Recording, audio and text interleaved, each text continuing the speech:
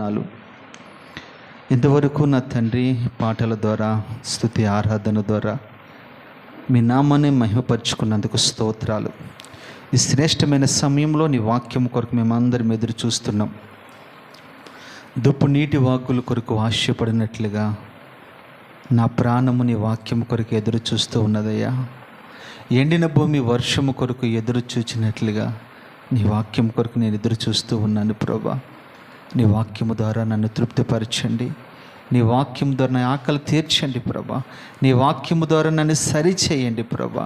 నీ వాక్యము ద్వారా నన్ను నిలబెట్టండి నా తండ్రి. నాయన నీ వాక్యము ద్వారా నన్ను మండింప చేయమని నీ దాసుని యొక్క ముఖాంతరంలో నుంచి ఒక్కొక్క మాట అగ్ని కనమవలే మీరు విడుదల చేయమని ప్రార్థన చేస్తూ ఉన్నాను. యేసు నామములో అడుగుచున్నాము తండ్రి, ఆమేన్ ఆమేన్. అందరు కూర్చుందాం.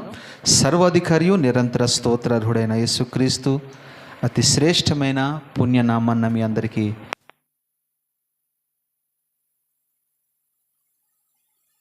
దేవుడు మిమ్మల్ని మీ కుటుంబాలని దీవించునుగాక.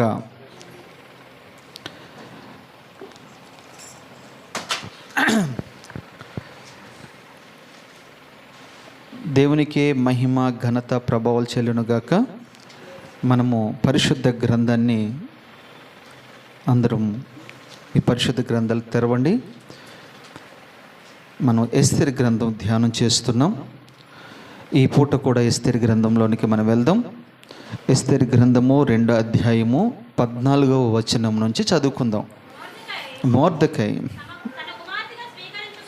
తన కుమార్తెగా స్వీకరించుకునిన తన పెనతండ్రి అయిన కుమార్తెయగు రాజు నొద్దకు వెళ్ళుటకు వంతు వచ్చినప్పుడు స్త్రీలను కాయు రాజు యొక్క షండుడైన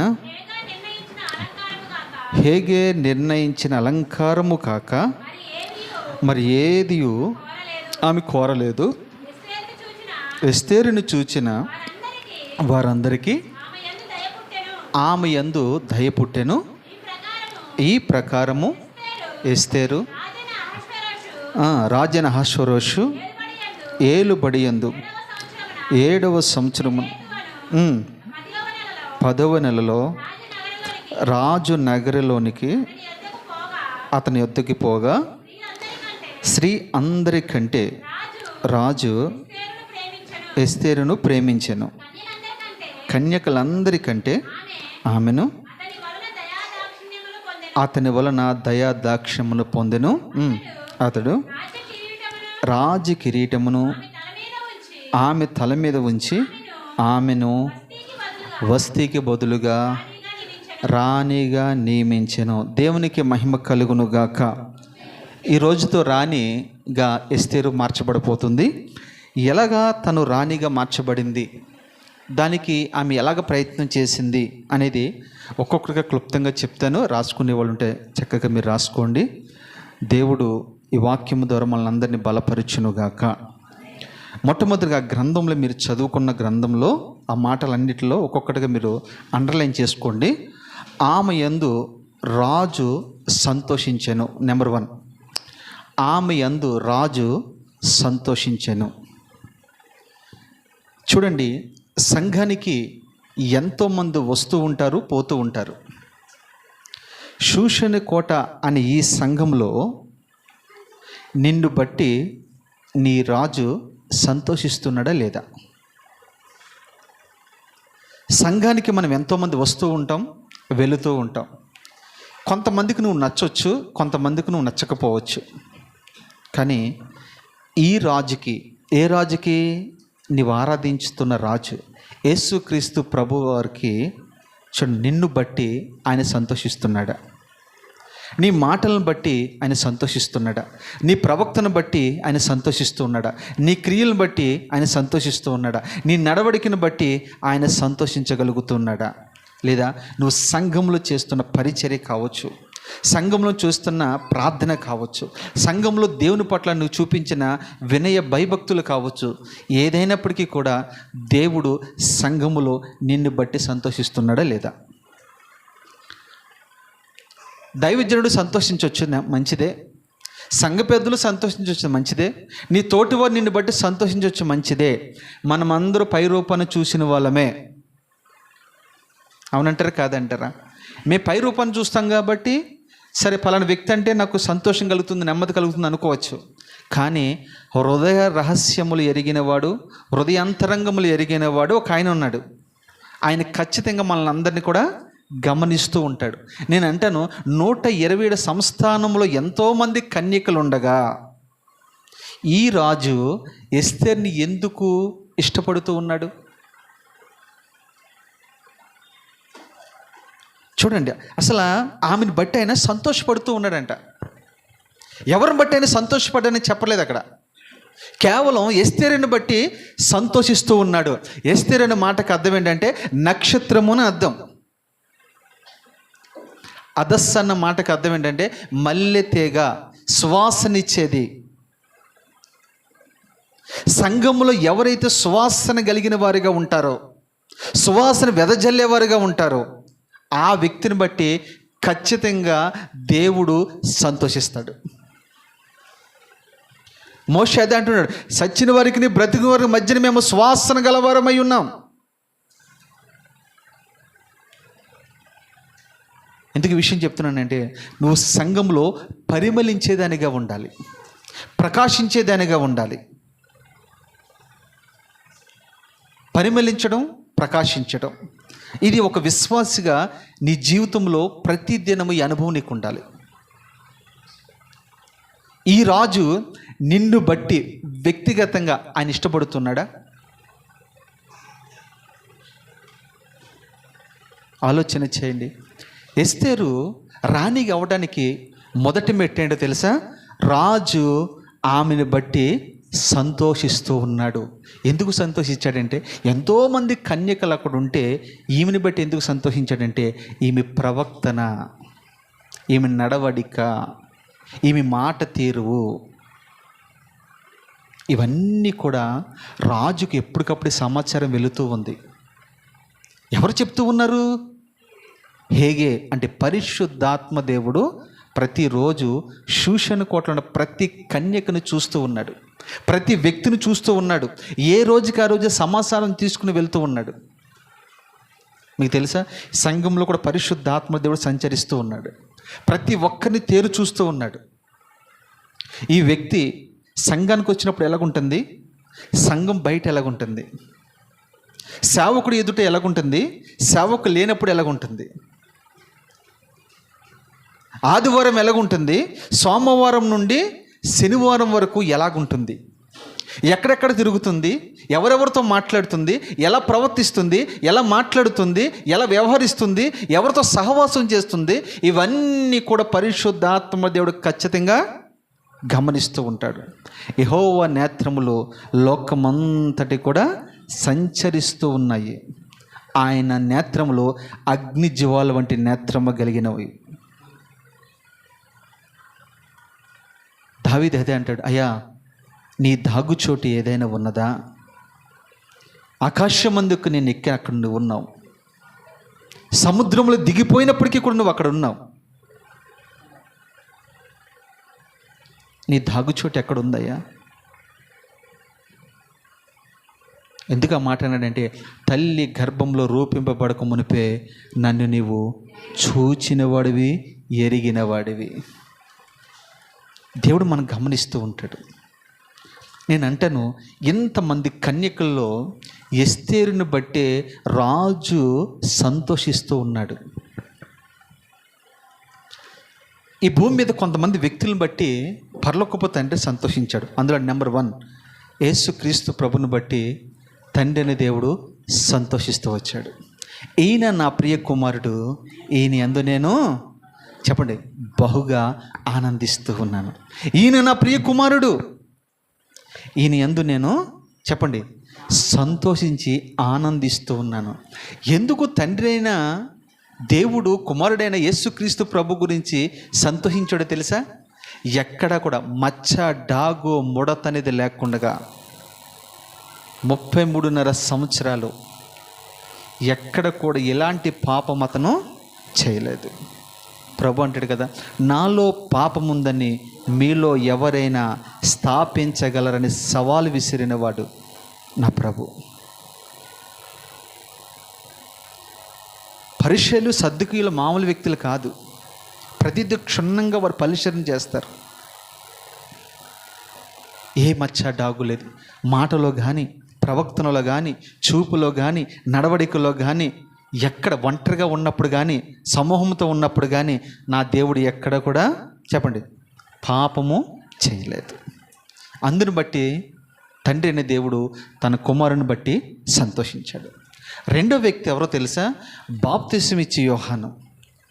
లోకాసువార్తలో మాట ఉంటుంది, అతని పుట్టుక వల్ల అనేక మంది సంతోషించరి అని ఉంటుంది.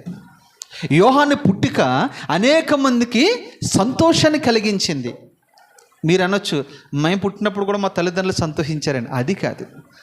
నువ్వు మారు మనసు పొంది రక్షణ పొందుతో చూసావా, ఆ రక్షణను బట్టి, ఆ రక్షణ నువ్వు కొనసాగించే విధానం ఉండ చూసావా, దాన్ని బట్టి అనేక మంది సంతోషించాలి. రక్షణ తీసుకోవడం ఒక ఎత్తు, రక్షణ కొనసాగించడం మరొక ఎత్తు. చాలామంది ఏంటంటే మారు మనసు పొందేసో, రక్షణ పొందేసో, నా పని అయిపోయింది అనుకుంటా. లేదు, ఇక్కడి నుంచే అసలు జీవితం ఉంటుంది. నువ్వు ఎప్పుడైతే మారు మనసు పొంది రక్షణ పొందావో, ఇక్కడి నుంచి నీ జీవితంలో ప్రతి దినము లెక్కించబడుతుంది. దేవుని దృష్టి, సాతాను దృష్టి, ప్రజల దృష్టి నీ మీద ఉంటూ ఉంటుంది. రక్షణ పొందిన తర్వాత నీ జీవితం అంటే పుట్టడం అంటే అది. ప్రభు నికోదేముతో ఒక మాట అంటాడు, నేను పరలోక రాజ్యం వెళ్ళాలంటే నేనేం చేయాలయ్యా అంటే, నువ్వేమేం చేస్తున్నావంటే అంటాడు, నేను దాన ధర్మాలు చేస్తున్నాను, అన్నీ చేస్తున్నాను ప్రభు అంటాడు. లేదు, నీకు ఒకటి కొదవగా ఉంది, నీ ఆస్తి అంతా కూడా పేదలకు ఇచ్చి నీవు నన్ను వెంబడించు. ఇంకొక మాట, అసలు విషయం ఒక మాట అక్కడ, నీవిప్పుడు నీటి మూలముగాను ఆత్మ మూలముగాను జన్మిస్తేనే కానీ పరలోక రాజ్యంలోనికి నువ్వు వెళ్ళవని చెప్పాడు. నీటి మూలముగా, ఆత్మ మూలముగా. నీరు అంటే వాక్యము, ఆత్మ అంటే పరిశుద్ధాత్మ. ఈ రెండు అనుభవాలతో మన పుట్టేవారిగా ఉండాలి. అప్పుడు నిన్ను బట్టి అనేక మంది సంతోషిస్తారు. నీ కుటుంబీకులు సంతోషిస్తారు, నీ రక్త సంబంధికులు సంతోషిస్తారు, నీ గ్రామస్తులు సంతోషిస్తారు, నువ్వు వెళ్తున్న సంఘస్థులందరూ కూడా నిన్ను బట్టి సంతోషించునుగాక. నీ ప్రవక్తన అలా ఉండాలి. ఎస్తేరు మనకు నేర్పిస్తున్న మొదటి పాఠం ఏంటి తెలుసా? నన్ను బట్టి రాజు సంతోషించాడు, నన్ను బట్టి పరిశుద్ధాత్ముడు సంతోషించాడు, నన్ను బట్టి మొర్దెకై సంతోషించాడు, నన్ను బట్టి అనేక మంది ఇక్కడ సంతోషిస్తూ ఉన్నారు. దేవునికి మహిమ కలుగునుగాక. ఎంతమంది సంతోషి పెట్టిందామే?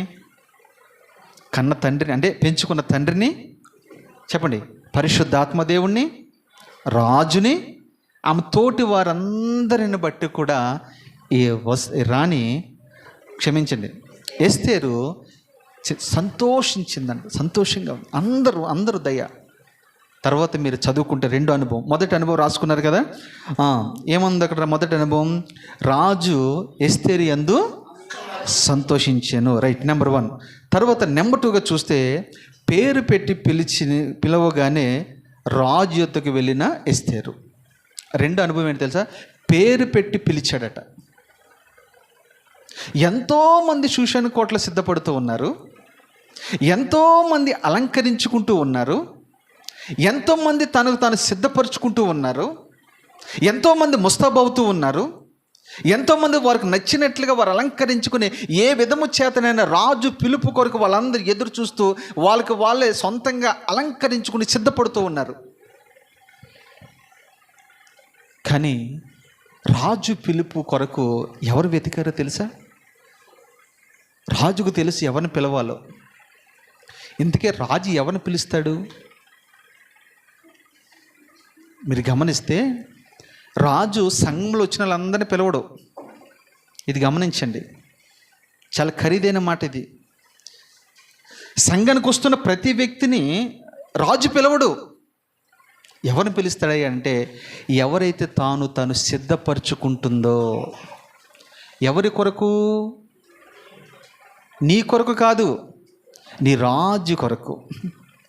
నీ రాజు కొరకు నువ్వు సిద్ధపడితే అలాంటి అలంకరణ ఎవరికైతే ఉంటుందో ఆ వ్యక్తిని మాత్రమే దేవుడు పిలుస్తాడు. వీళ్ళందరూ కూడా సొంత అలంకరణ చేసుకుంటూ ఉన్నారు. కానీ ఈమె ఎందుకు రాజు దయ పొందుకుంది, రెండోది రాజు పిలుపుని ఎందుకుందంటే, రెండో అనుభవం ఏంటి తెలుసా? ఆమె రాజు పిలిచే వరకు వెయిటింగ్ చేస్తూ ఉంది, వెయిటింగ్ రూమ్లో ఉంది. అమ్మా, ఇది చాలా ప్రాముఖ్యమైన విషయం. చాలామంది ఏమనుకున్నారంటే, మా వంతు వచ్చింది, మేము వెళ్ళిపోతున్నాం అనుకుంటున్నారు. కానీ రాజు పిలిచినప్పుడే నువ్వు వెళ్ళేదానిగా ఉండాలి. ఈ మాటకున్న అర్థం ఏంటో తెలుసా? చాలామంది నేను సేవ చేస్తానంటాడు. కాదు, ప్రభు ఖచ్చితంగా నిన్ను పిలుస్తాడు. పిలిచినప్పుడే నువ్వు సేవ చేయాలి.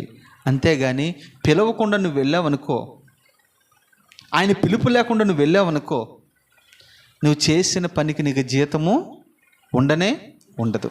రెండోది, పరలోక రాజ్యానికి వెళ్ళిన తర్వాత ప్రభు అంటాడు, అక్రమము చేయువారా మీరెవరు, నా యొద్ద నుండి మీరు వెళ్ళిపోండి. మనం అంటాం అప్పుడు, మేము నీ పేరట దెయ్యాలు వెళ్ళగొట్టామయ్యా, అద్భుతాలు చేశామయ్యా, ఆశ్చర్యకార్యాలు చేశామయ్యా, ఇగో పరలోకం నుంచి ఇదిగో వర్షాన్ని కుమ్మరించామయ్యా, సూర్యచంద్రులను ఆపామయ్యా, దెయ్యాలు వెళ్ళగొట్ట, ఎన్నైనా నువ్వు చెప్పు. ప్రభు ఒకటే మాట అంటాడు, నేను నిన్ను పిలిచానా, నా పని నీకు అప్పగించానా అని ప్రభు అడిగితే నీవెక్కడ సమాధానం చెప్తావు? ప్రభు పిలుస్తాడు. పిలిచే వరకు వెయిట్ చేయాలి. ఈమె ఏం చేసింది తెలుస్తారు? మీరు ఈ అధ్యాయం క్షుణ్ణంగా ఇంటికి వెళ్ళిన తర్వాత చదువుకోండి. పిలిచే వరకు వెయిట్ చేసిందా లేదా? ఆ మాట అక్కడ ఉందా లేదా? చదవండి అన్నమాట. ఆమెను పేరు పెట్టి పిలిస్తేనే కానీ, చూసారా, రాజునొద్దకు మరలామే వెళ్ళకుండా ఉండెను. పిలిచే వరకు ఏం చేసిందంటే కనిపెడుతూ ఉంది. అమ్మా, పిలిచే వరకు మనం ఏం చేయాలి తెలుసా? కనిపెట్టేవారుగా ఉండాలి. చాలామంది బైబిల్లో నా ప్రభు పిలిచాడు. అబ్రహాముని పిలిచాడా లేదా? ఎలీషాని పిలిచాడా లేదా? మోషేని పిలిచాడా లేదా? అపోస్తలుని పిలిచాడా లేదా? దావీదును, చివరికి గొర్రెలు కాసుకున్న దావీదును కూడా దేవుడు పిలుస్తాడు. అయితే ఇది ఆధ్యాత్మికంగా కూడా మీకు చెప్తాను. ఏదో ఒక రోజున నిన్ను నన్ను ఈ లోకం నుంచి ప్రభు పరలోకానికి పిలుస్తాడు. అది సంఘంలో ఉన్నప్పుడు పిలుస్తాడా, ప్రయాణంలో ఉన్నప్పుడు పిలుస్తాడా, ఏదో ఒక పని చేసుకున్నప్పుడు పిలుస్తాడా తెలీదు. కానీ నేను పిలుస్తాడు. పిలిచినప్పుడు నువ్వు వెలగొనాలంటే నేనున్నాను. సమూయేలు మందసమ్మ దగ్గర పరిచర్య చేస్తూ ఉన్నాడు. చూశాడు. ఒక రోజున అంటాడు, సమూయేలు అని పిలిచాడు. ఆ బాలుడికి అర్థం కాల. అక్కడ యాజకుడు ఉన్నాడుగా, ఆయన పిలుస్తున్నాడేమో, పాస్టర్ గారు పిలుస్తున్నాడేమో, ఏలే పాస్టర్ గారు ఉన్నారు అక్కడ, ఆయన కళ్ళు కనబడట్లేదు అప్పటికి, ఆయన పిలుస్తున్నాడేమో అనుకుంటారు. మొదటిసారి పిలిచినప్పుడు వెళ్తాడు, రెండోసారి వెళ్తాడు, మూడోసారి లేదు. ఏలే చెప్తున్నాడు, నేను నిన్ను పిలవటెళ్తున్నా, ఆయన నిన్ను పిలిచేది నీ రాజు నిన్ను పిలుస్తూ ఉన్నాడు. పిలిచినప్పుడు ఈసారి అంటావు, చిత్తం ప్రభువా నీ దాసుడు ఆలకించుచున్నాడు. చూసారా, నువ్వు దాసునిగా ఉంటే, దాసుని యొక్క స్వరూపము నువ్వు ధరిస్తే, అప్పుడు దేవుడు నిన్ను పిలుస్తాడు.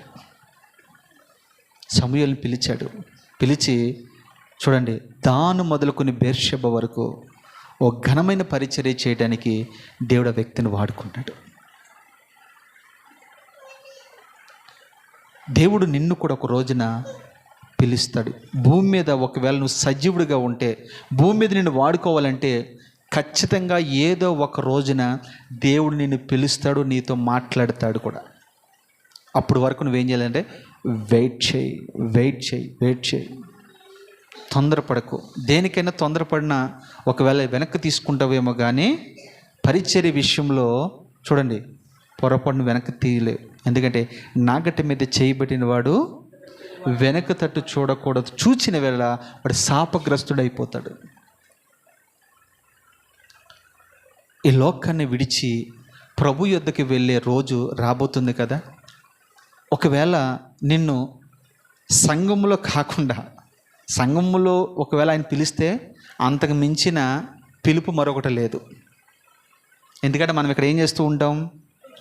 పాటలు పాడతాం, ఆరాధన చేస్తాం, పరిచర్య చేస్తాం, వాక్యం వింటాం, ఇవన్నీ చేస్తాం. ఇలాంటి సమయంలో దేవుడు నిజంగా పిలిస్తే ఖచ్చితంగా 100% పరలోకంలో ఉంటాం. ఒకవేళ నీ ఇంటి దగ్గర ఉన్నప్పుడే నేను పిలిచాడనుకో,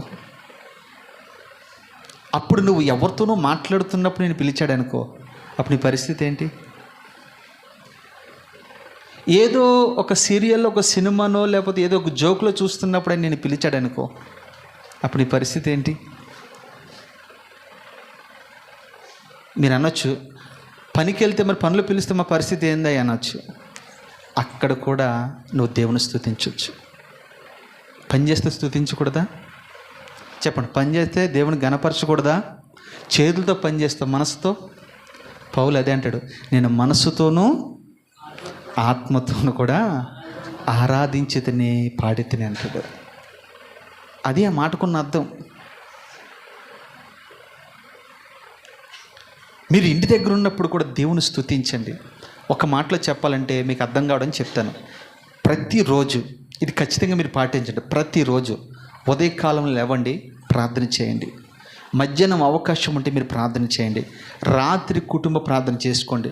రోజుకు కనీసం ఒక 2 అధ్యాయాలైనా సరే మీరు చదవండి. ఇది కంటిన్యూషన్గా చదవాలి. అప్పుడు ఏమైతే తెలుసా, ఇది రోజువారీ మీరు చేస్తూ ఉన్నారనుకో, ఊరికి వెళ్ళినా చేయండి. ఇది ఓన్లీ ఇక్కడ ఉంటే మాత్రమే కాదు. ఊరికి వెళ్ళినప్పుడు చాలామంది ఇది మానేస్తారు. అమ్మో ఎవరైనా చూస్తే భక్తిపురాలు దిగొచ్చింది హైదరాబాద్ నుంచి అని అంటారేమోనని సిగ్గుపడి అక్కడ మనం ఏం చేస్తామంటే చదవం.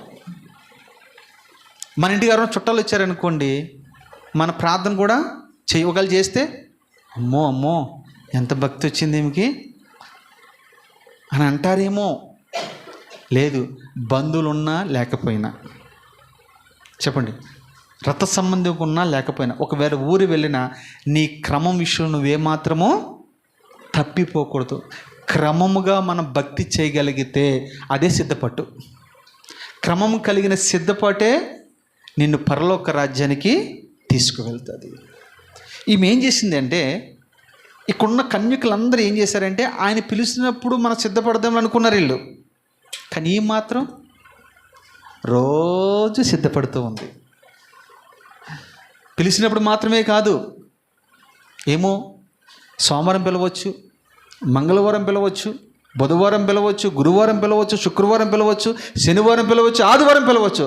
ఈ వారంలో ఏదో ఒక దినాన్ని నన్ను పిలుస్తాడు కనుక నేను ప్రతిరోజు సిద్ధపడి ఉండాలని ఆలోచనతో ఎస్తేరు ఉంటూ ఉండేది. అందుకే రోజు సిద్ధపడింది.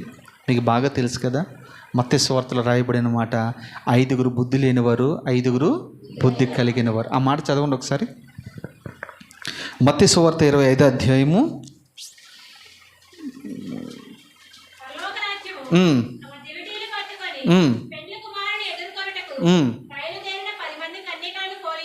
ఓకే, వీరిలో ఓకే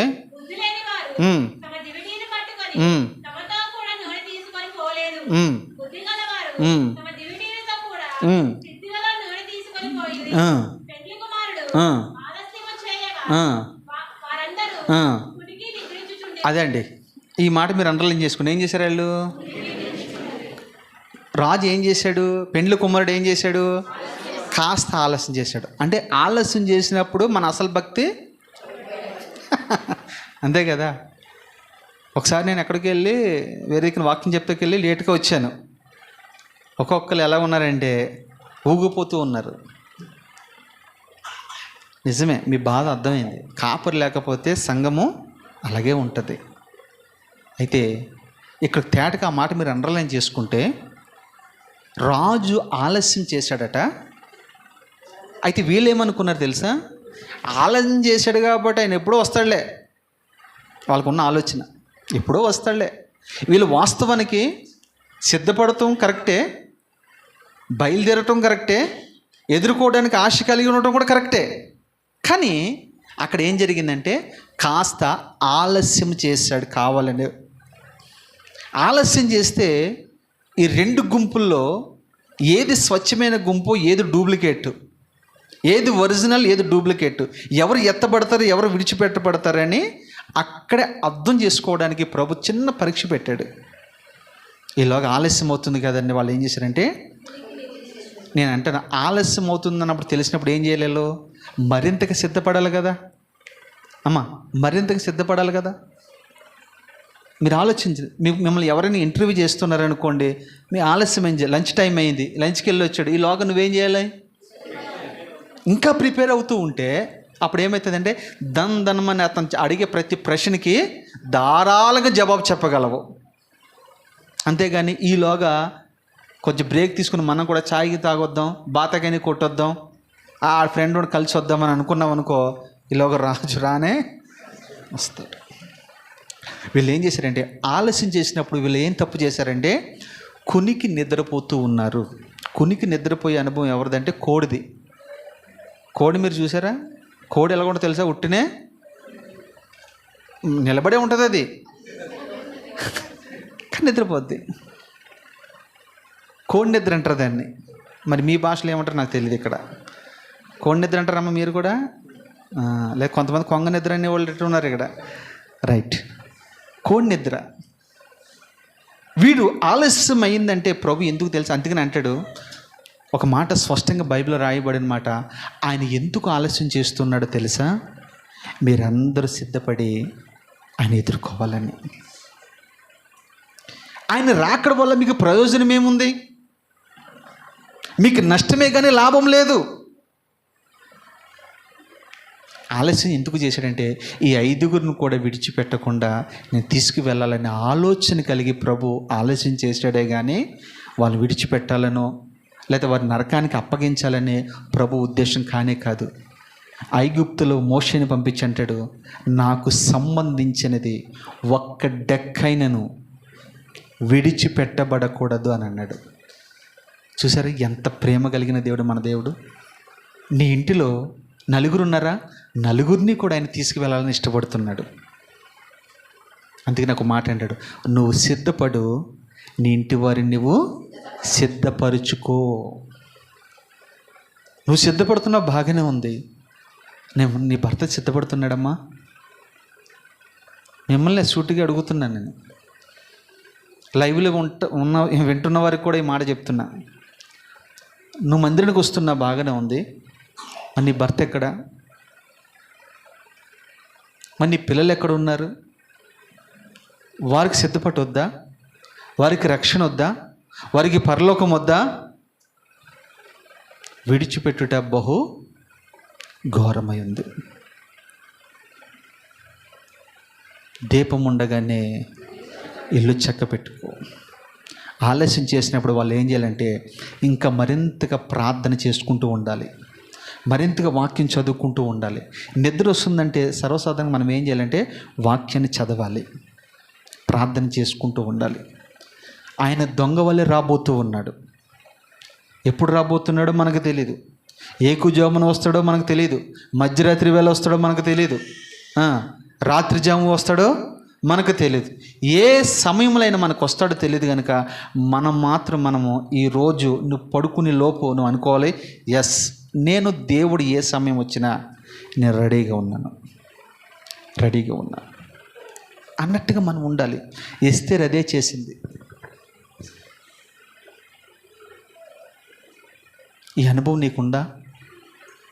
లేకపోతే ఈ రోజు నుంచి ఈ 2 అనుభవంలోకి మనం వెళుదుముగాక. 3వది చూడండి, హేగే నిర్ణయించిన కాలము ఎస్తేరు కోరుకునేను. 3 అనుభవం. ఆ మాట కూడా చదవండి ఒకసారి.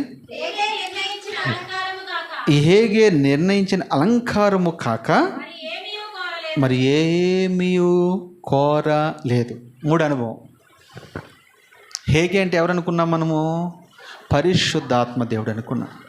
ఈమె ఎవరు అలంకరణ కోరుకుంది? చెప్పండి, ఎవరు అలంకరణ కోరుకుంది?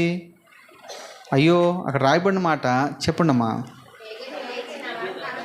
అది ఆయన అలంకరణ మాత్రమే ఆమె ఇష్టపడింది.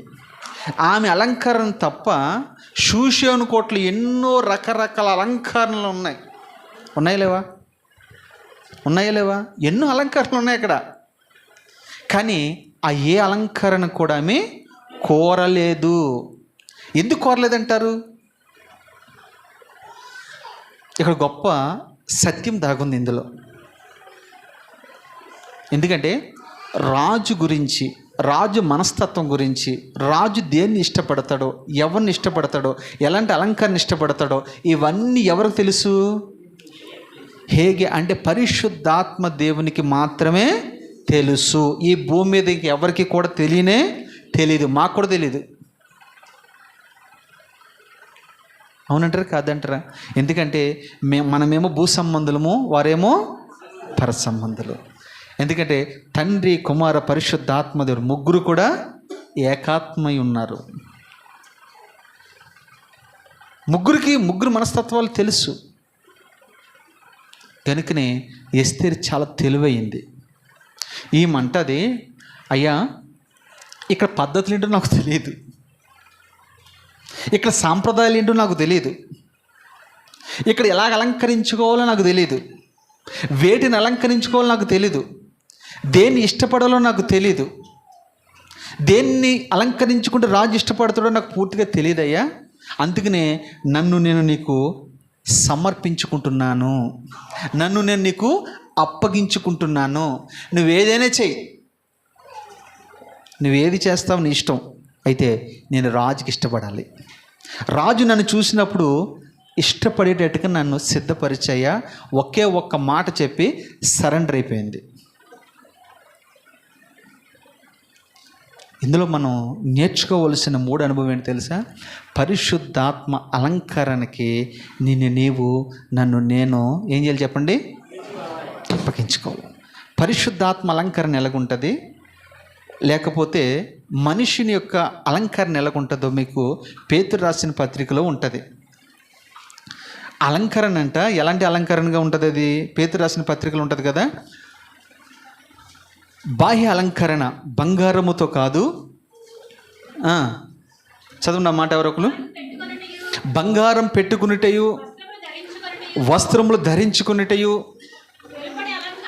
అమ్మా ఇది ఏ అలంకరణ? ఇది వెలుపుట అలంకరణ. అంటే వెలుపుట కనపడే అలంకరణ, మనుషులందరికి కనపడే అలంకరణ ఇది. ఈ అలంకరణ అందరికీ కనబడుతుంది. మళ్ళీ చదువు అమ్మాటమ్మా. జడలు అల్లుకునేటయు, బంగారు నగలు పెట్టుకునేటయు, వస్త్రములు ధరించుకునేటయు. అదమ్మా సంఘంలోకి వచ్చిన ప్రతి బిడ్డ ఈ మాట గమనించాలి. ఇది మన అలంకరణ ఉండకూడదు. ఈ అలంకరణ రాజు ఇష్టపడడు. ఇది బయట వాళ్ళు ఇష్టపడతారు, లోకస్తులు ఇష్టపడతారు, లోక సంబంధమైన సంఘాలు ఇష్టపడతాయి, లోక సంబంధమైన సేవకులు ఇష్టపడతారు.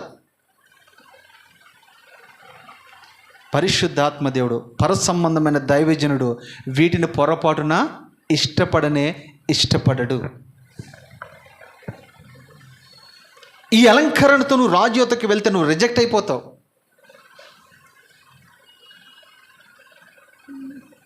కానీ బాహ్య అలంకరణ ఒకటి ఉంటుంది, చెప్పండి. అంతరంగ అలంకరణ. ఇప్పుడు అంతరంగ అలంకరణ చూడండి. సాధువైనట్టు, మృదువైనట్టు, గుణమును,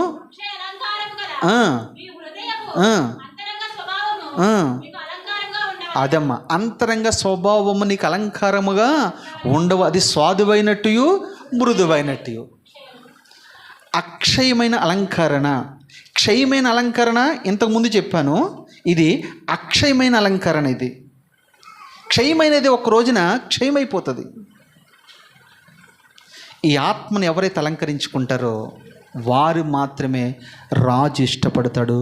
రాజు ఆ వ్యక్తిని మాత్రమే వివాహం ఆడతాడు. ఇందులో నేను 2 అనుభవం చెప్తాను. కీర్తనల గ్రంథము 45:7 చదవండి. కీర్తనలు 45 అధ్యాయము 7 నుండి 15 వరకు. భక్తిహీనతను ద్వేషించుచున్నావు, కావున దేవుడు నీ దేవుడే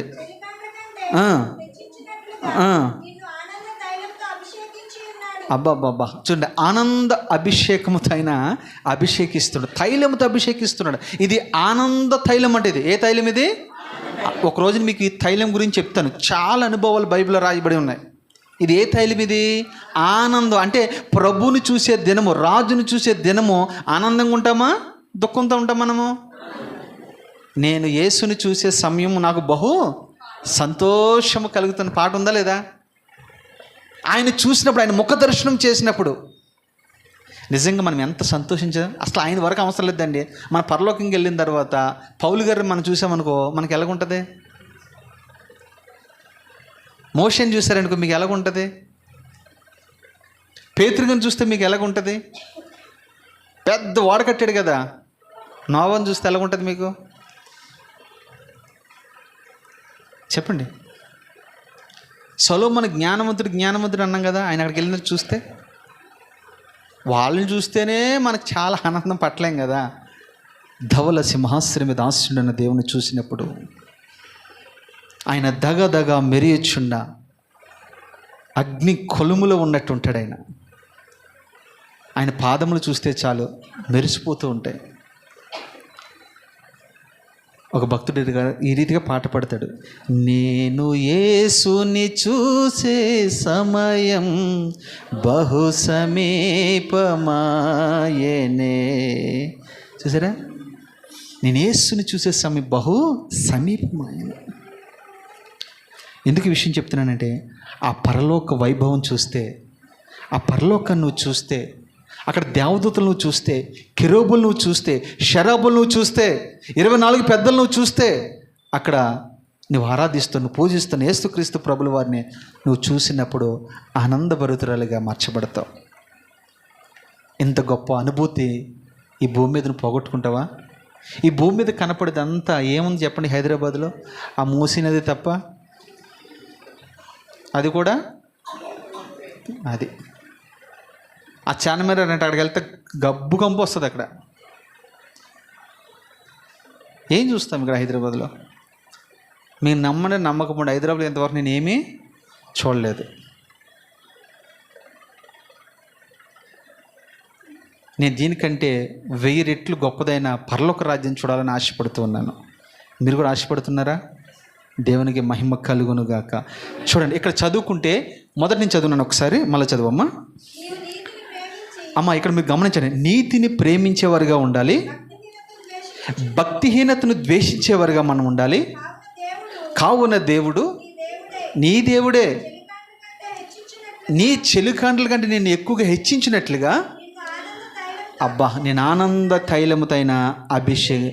ఎవరిని అభిషేకిస్తాడు ఈయన ఆనంద తైలముతో? 3 అనుభవాలు ఉన్నాయి అక్కడ. ఒకటి, నీతిని అనుసరించేవారుగా ఉండాలి, భక్తిహీనతను మనము ద్వేషించేవాడుగా ఉండాలి. లోకమును మీరు ద్వేషిస్తే నన్ను మీరు ప్రేమించినట్టే. నేను లోకమును ద్వేషిస్తున్నాను అన్నాడా లేదా ప్రభు? నేను లోకమును ద్వేషిస్తున్నా. ఈ లోక స్నేహము దేవునితో వైరమని మీరు ఎరగరా? చూసారా, లోకం అంటే దేవునికి అసహ్యం. ఎందుకంటే లోకంలో ఏముందంటే నేత్రాశ, శరీరాశ, జీవపుటం, వీటితో విగ్రహారాధన.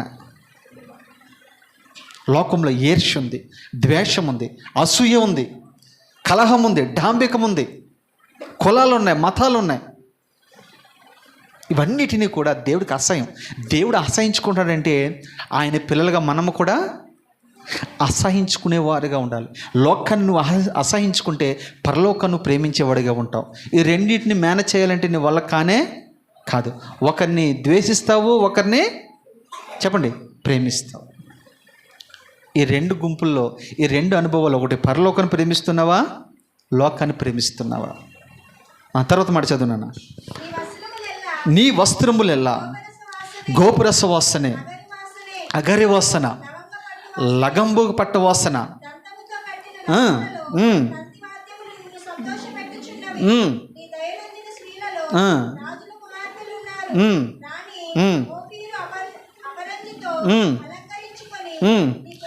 అమ్మ ఓఫీర్ అంటే మీకు తెలుసు కదా, తెలుసా? ఏమంటారు దాన్ని? అయ్యో మీకు ఇది ఎలా తెలియదు, మీకు ఏం తెలితే ఇక్కడ బంగారాన్ని ఏమంటారు, బాగా క్వాలిటీ ఉన్నదాన్ని కేడియం అంటారు కదా. ఓఫీర్ బంగారం అంటే దానికంటే కూడా ప్రశస్తమైనది, వాల్యుబుల్ అయినది. ఆమె ఏమి అలంకరించుకుంది తెలుసా? బంగారాన్ని అలంకరించుకుంది. దానిపైన మీరు చూస్తే ఏమేంతో ఆమె వాసన వస్తుంది చెప్పండి? గోపురస వాసన. మీకు ఒకసారి చెప్పాను గోపురస వాసన అంటే. గోపురస వాసన తెలుసా మీకు? గోపురస వాసన అంటే ఒక చెట్టు ఉంటుంది.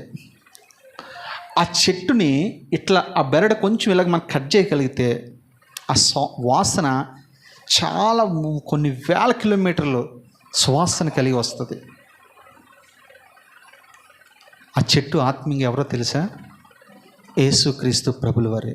ఆయన శిలువ మీద నరకబడ్డాడు. భూమిలో 3 దినాలైన పాతి పెట్టబడ్డాడు. ఆయన భూమి మీద ఉన్నప్పుడు చిన్న చిన్నగా వాసన వస్తూ ఉన్నాడేమో కానీ ఆయన శిలువ మీద నుంచి పాతి పెట్టబడిన తర్వాత మొదటి దినం భయంకరంగా వాసన వస్తూ ఉన్నాడు. 2వ దినం, 3వ దినం అది పునరుద్ధానపు వాసన. ప్రపంచమంతా కూడా ఆయన వాసన వెదజల్లుతూ ఉంది. ఆయనే గోపురస వాసన. 2 అగరు వాసన. అగరు వాసన తెలుసు కదా మీకు? అగరు చెట్టు తెలుసమ్మా? అది కూడా తెలీదా? అమ్మో, మీకు తీసుకొచ్చి చూపించాలి ఇక్కడ. అగరి వాసన. తర్వాత 3వది పోనీ ఇదైనా తెలుసా మీకు? ఇది బాగా తెలుసు, ఎందుకంటే వేసుకుంటారు కాబట్టి. దీంట్లో మీకు తెలిసిన కాదు చెప్పండి, ఎన్ని అనుభవాలు ఉంటాయి? మాకేం తెలుసు అయ్యగారు, తింటామైతే తింటాం, కానీ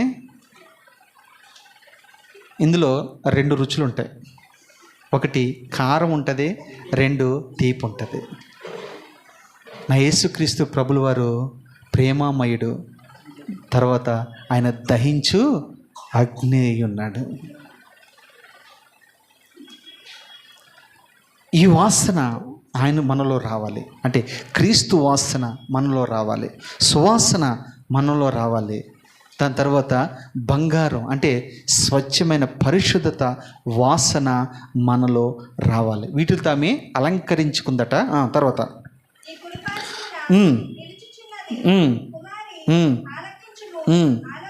ఆలోచి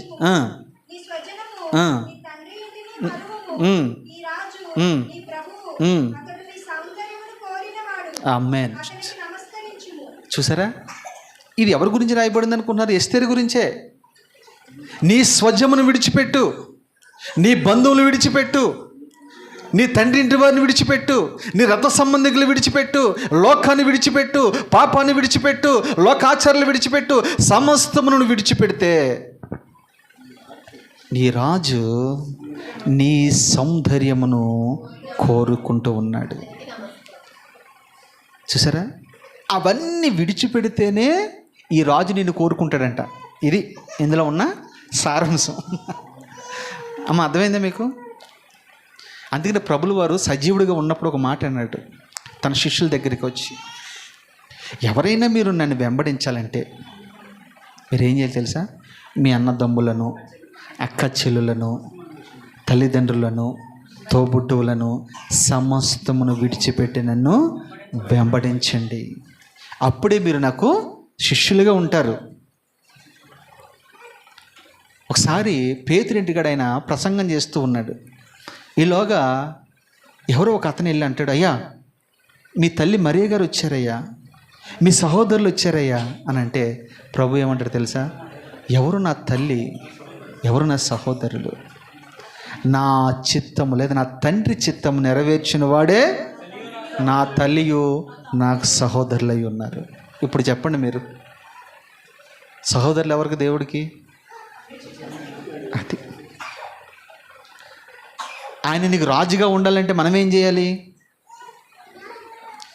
ఇందాక చెప్పుకున్నాం కదమ్మా, అందరినీ మనము విడిచిపెట్టాలి. విడిచిపెట్టమంటే నిజంగా వాళ్ళు విడిచిపెట్టమని కాదమ్మా నా ఉద్దేశం. విడిచిపెట్టమంటే అర్థం ఏంటి తెలుసా? ఒకప్పుడు నువ్వు లోకం వారితో ఉన్నప్పుడు కొన్ని సాంప్రదాయాలు, కొన్ని పద్ధతులు, కొన్ని ఆచారాలు మీతో ఉంటూ ఉండేవి. వాటిని విడిచిపెట్టి పక్కకు రమ్మంటున్నాడు. అబ్రహాం అదే చేశాడు కదా. అబ్రహాం ఏం చేశాడు చెప్పండి? అన్నీ విడిచిపెట్టాడు. విడిచిపెడితే అప్పుడు ఈ రాజు నిన్ను కోరుకుంటాడు. ఎస్తేర్ని కోరుకోవడానికి అదే కారణం. నీ రాజు నీ సౌందర్యమును కోరుకుంటూ ఉండి. ఏ సౌందర్యం ఇప్పుడు మీకు అర్థమైందా? లోకాన్ని విడిచిపెట్టే సౌందర్యము. చెప్పండి. సమస్తమును, అన్నదమ్ములను, అక్క చెల్లెలను, తోబుట్టులు సమస్తమును విడిచిపెట్టే సౌందర్యమును ఆయన కోరుకుంటూ ఉన్నాడు. తర్వాత చదువునాను. నీ రాజు నీ సౌందర్యమును కోరుకుంటున్నాడు, అతనికి నమస్కరించుము.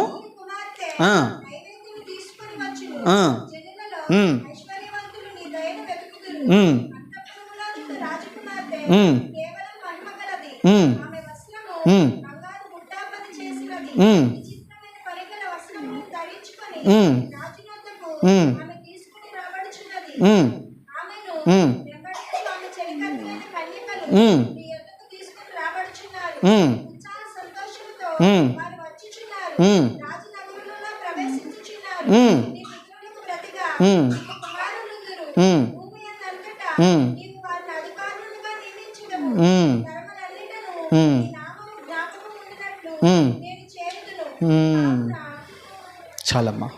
ఇక్కడ చూడండి, ఆమె వీటన్నిటిని విడిచిపెట్టిన తర్వాత ఆమె చక్కగా అలంకరించబడింది. ఎవరి చేత? హేగే చేత, పరిశుద్ధాత్మ చేత అలంకరించబడింది. ఆమె వేసుకున్న వస్త్రం ఎలా ఉందంట? విచిత్రమైన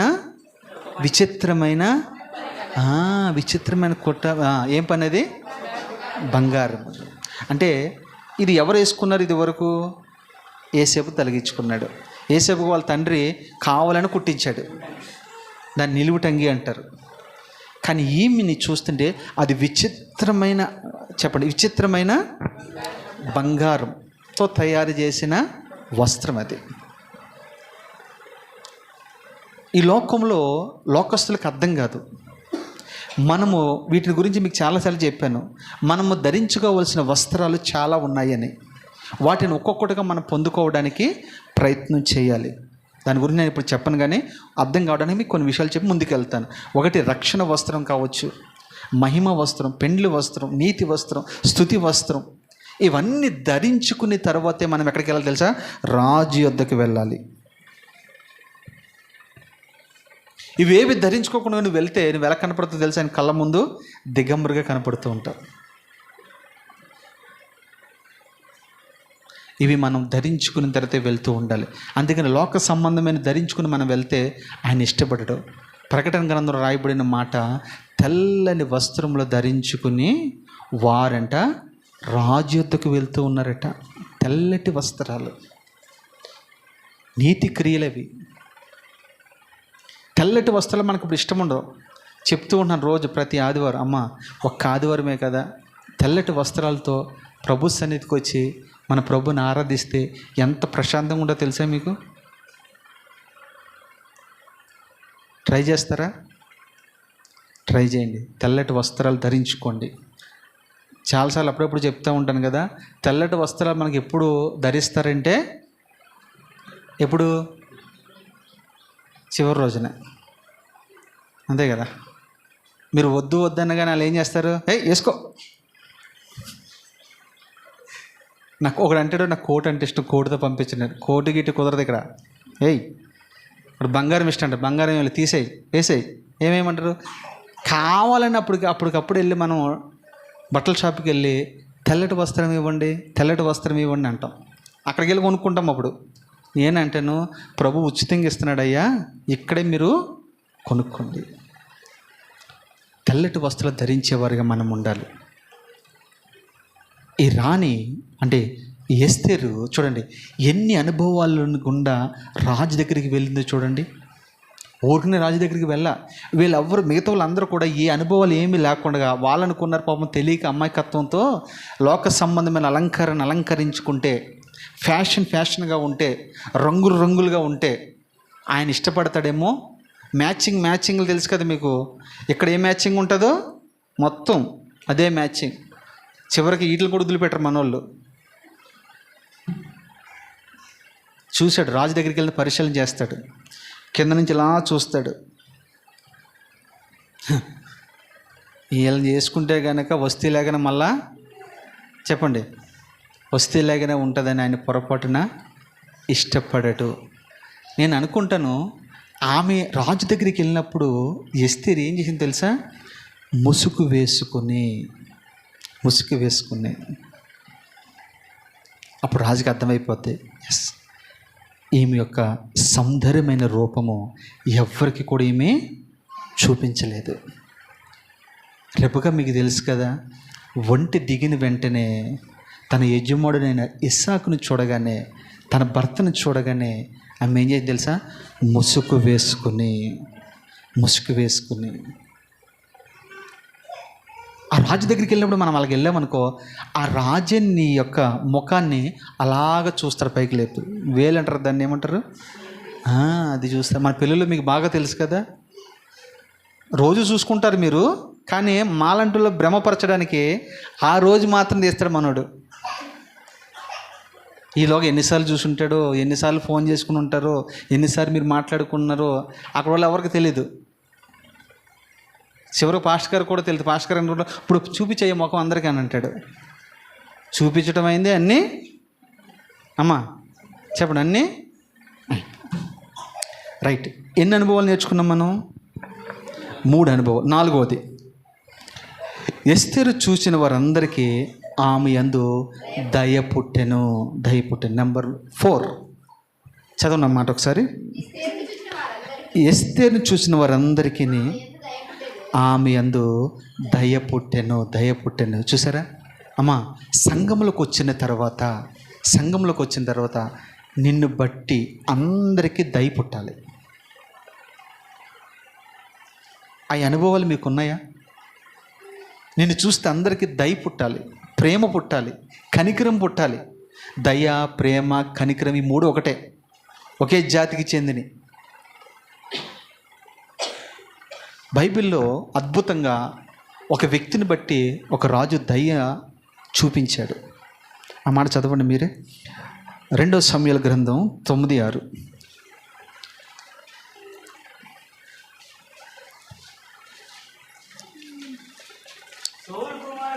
సౌలు కుమారుడైన యోనాతానుకు పుట్టిన మెషిబోషెతు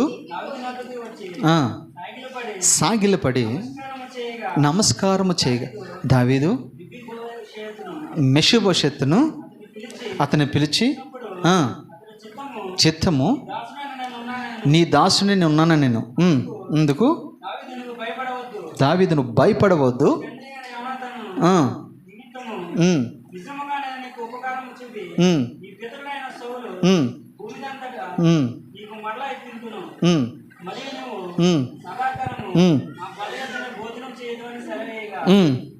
అమ్మ ఇక్కడి నుంచి మీరు అండర్లైన్ చేసుకోండి. అద్భుతమైన మాట ఇక్కడ మెషిబోషెతు మాట్లాడుతూ ఉంటాడు.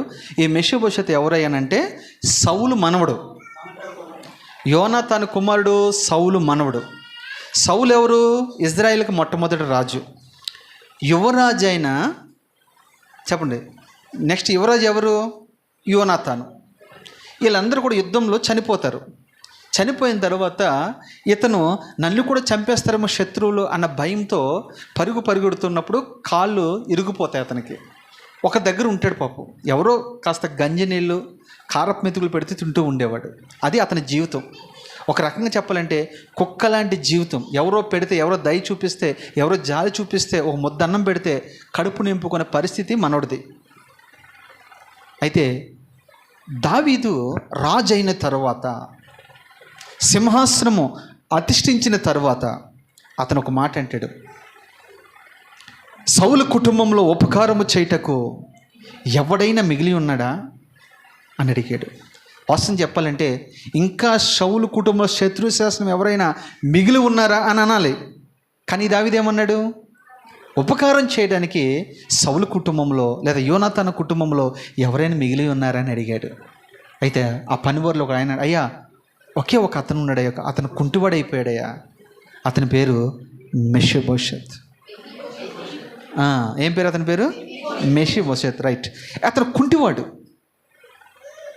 ఏ ఆదరణ లేనివాడు అని అంటే రాజు వెంటనే అంటాడు, అతన్ని పిలిపియండి. పిలిపించిన తర్వాత ఇతను వాస్తవానికి అనుకున్నాడు, నన్ను కూడా చంపేస్తాడేమో, మొత్తం మీద రాజు తెలుసుకున్నాడు నా గురించి అని గడగడ వణుకుతూ ఆ రాజు దగ్గరికి వచ్చాడు. రాజు అప్పుడు అంటాడు, అయ్యా, నీ తండ్రిని బట్టి నేను నీకు ఉపకారం చేయాలనుకుంటున్నాను అంటే ఇప్పుడు అంటాడు మనోడు. ఆ మాట చదవండమ్మా. రాజుకు నమస్కరించి, చచ్చిన కుక్క వంటి వాడినైనా నా ఎడల నువ్వు దయ చూపుటకు. ఇక్కడ ఏం రాయబడి ఉందన్నమాట అమ్మా? చచ్చిన కుక్క లాంటి వాడినైనా నా పట్ల నీవు దయ చూపించుటకు నీ దాసునని నేను ఎంతటి వాడును, ఏ పాటి వాడిని అంటాడు. చూడు, తను ఎలాగ అనుకుంటున్నాడు. ఒక రకంగా చెప్పాలంటే ఇతను ఎవరు? యువరాజు కుమారుడు. వాస్తవం చెప్పాలంటే ఇతను రాజు దగ్గరికి వెళ్ళి అనుకుంటాడు, ఒకప్పుడు మా దగ్గర పనిచేసేవయ్యా అని చెప్పాలి. కానీ ఇతను ఏమంటాడు తెలుసా? చచ్చిన కుక్కలాంటి వాడినయ్యా, నా మీద నీవు దయ చూపించాడు. చూసారా, దయ చూపించాడు. బైబిల్లో రాయబడిన మాట, దయ చూపు వారికి దయ చూపబడును, నీళ్లు పోసేవారికి నీళ్లు పోయబడును, నిప్పులు పోసేవాడికి నిప్పులే పోయబడును, దూషణ మాటలు పలుకువాడికి ప్రతి దూషణ మాటలే పలుకుబడును, ఉపకారము చేసేవాడికి ప్రతి ఉపకారము చేయబడు. మనుషుడా, దేవుడు వెక్కిరించబడడు, దేని విత్తుతావో అదే పంట నువ్వు కోస్తావు. అది దయ. కుంటివాడి పట్ల రాజుకు దయ కలిగింది. నిజమే, ఈ భూమి మీద ఒక్కసారి నిదానంగా నెమ్మదిగా కూర్చుని మీరు ఆలోచించండి. దేని బట్టి రాజు నిన్ను ఎన్నుకున్నాడంటావు? దేని బట్టి రాజు నిన్ను పిలుచుకున్నాడు? దేని బట్టి రాజు తన రక్తం ఇచ్చి నిన్ను కొన్నాడు? అంటే నీ వంశాన్ని బట్టి కొన్నాడా? లేకపోతే నీ కులాన్ని బట్టి కొన్నాడా? నీ అందాన్ని బట్టి కొన్నాడా? నీకున్న జ్ఞానాన్ని బట్టి, నీకున్న ధనాన్ని బట్టి, నీకున్న తెలివితేటలను బట్టి కొన్నాడైనా? దేని బట్టి కొన్నాడైనా నిన్ను? ఏది లేదు మన దగ్గర. అతిశయించుటకు మనలో ఏది లేదు. నేనేమై ఉన్నానో అది కేవలం దేవుని కృప వల్లనే అయి ఉన్నాను. మెషిబోషత్ అదే స్థితి, మంద కూడా అదే స్థితి. దయ. రెండోదిగా చూస్తే రూతు గ్రంథం 2వ అధ్యాయం కూడా మీరు చదివితే, అక్కడ మీరు కొంచెం ముందుకు వెళ్తే 2వ అధ్యాయం ముందు చదివితే ఒక మాట ఉంటుంది అక్కడ, అయ్యా ఏమీ తెలియని నా పట్ల నువ్వు ఎంత దయ చూపిస్తున్నావో అనే ఒక మాట ఉంటుంది చూడండి.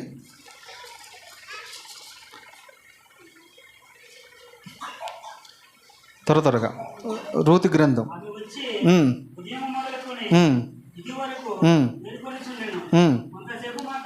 కొంతసేపు మాత్రమే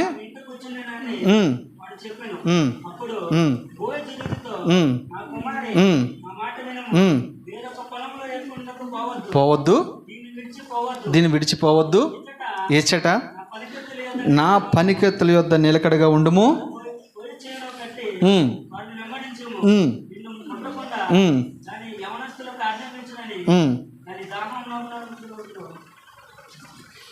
ఇంకో చదవండి అమ్మా. నీకు దాహమైనప్పుడు కుండల యొద్దకు పోయి, అందుకు ఆమె అమ్మా, ఇది కూడా మీరు ఇక్కడ అండర్లైన్ చేసుకోవాలి. ఇందాక చెప్పింది అప్పుడు అక్కడ అండర్లైన్ చేసుకోవాలి, ఇప్పుడు ఇక్కడ అండర్లైన్ చేసుకోవడం. ఇప్పుడు రాజు వచ్చి అడిగాడు, అమ్మ మీ ఊరేంటి, ఏ ప్రాంతం, ఏం అడగలా. ఆమె ఉదయం నుంచి సాయంకాలం ఏరుకునే ఆ పద్ధతి అంతా చూసి ఆయనే కలగజేసుకుని, అమ్మ ఇక్కడ నుండి నువ్వు ఇదే పొలంలో నిలకడగా ఉండు, ఎటు పోవద్దు, ఈ పొలంలోని నీకు సమృద్ధిగా దొరికిద్ది, అన్ని విషయాలు నీకు సహాయం చేస్తాను, నీకు దాహం వేసినా ఆకలి వేసినా మా పని వాళ్ళ దగ్గరికి వెళ్ళి అడిగమ్మా, ఆయన ఫుల్గా నీకు పెడతారు, వాళ్ళు ఎటు ఇబ్బంది పడే అవసరం లేదు, నీకు కావాల్సినంతసేపు ఏరుకుంటూ ఉండు, రోజు ఏరుకో, కానీ పొలాన్ని మాత్రం విడిచిపెట్టొద్దు అని చెప్పాడు. చెప్పిన తర్వాత సర్వసాధారణంగా ఎవరైనా ఏమనేవారంటే, ఇదివరకు నా చిన్నప్పుడు ఊర్లో పరగేరుకుంటకి వెళ్ళేవాడిని. నేను వెళ్ళినప్పుడు దాన్ని ఏమంటారు, కట్టెత్తలు అంటారు కదా, మీ భాషలో ఏమంటారు? అమ్మ పనులు చేసిన కడతారు కదా, ఏమంటారు మీరు? మోపులు అంటారు కదా, మోపులు. సరే, అలా చేస్తున్నప్పుడు మేమేం చేసేవాళ్ళం, ఇలా ఎత్తినప్పుడు పనులు తీసినప్పుడు ఖచ్చితంగా వెన్నులు రాలుతాయి లేదా? ఆ వెన్నులు కూడా చాలా గట్టిగా ఉంటాయి. రాలిపోయిన వెన్నులల్లా చాలా గట్టిగా ఉంటాయి. ఆ పరగ ఏరుకునే వాళ్ళం మేము. ఏరుకుని అవి తీసుకొచ్చి డ్రింకులు అవి తాగుతూ ఉండేవాళ్ళం. ఆ రోజులు అలాగ ఉండే. కానీ ఈలోగా రైతు వచ్చాడంటే చూడండి, ఒక రోజు నన్ను చెట్టుకి కట్టేసి కొట్టాడు. ఎందుకని?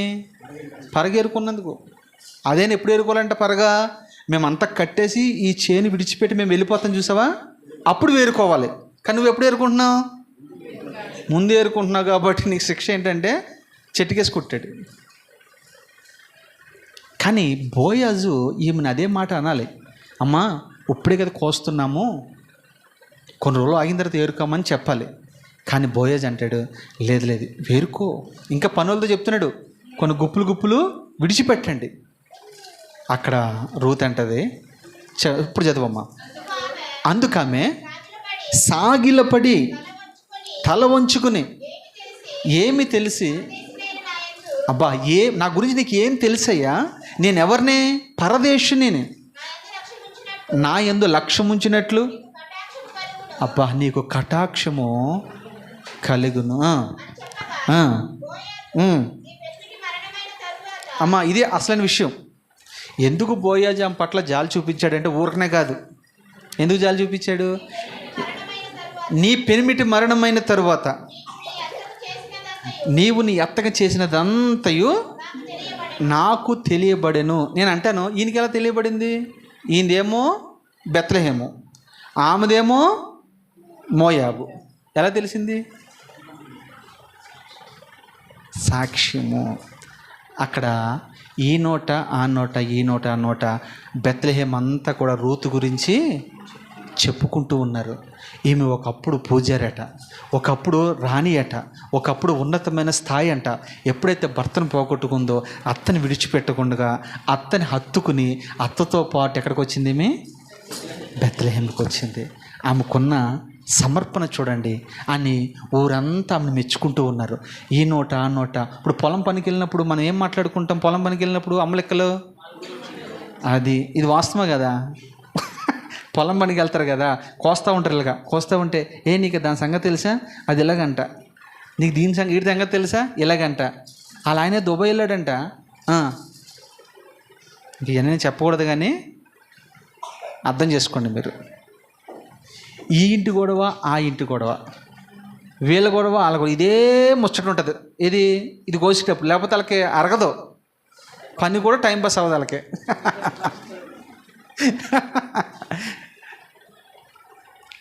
మీకు తెలుసా, ఒక విషయం చెప్తాను మీకు. ఇప్పుడు సందర్భం వచ్చింది కాబట్టి.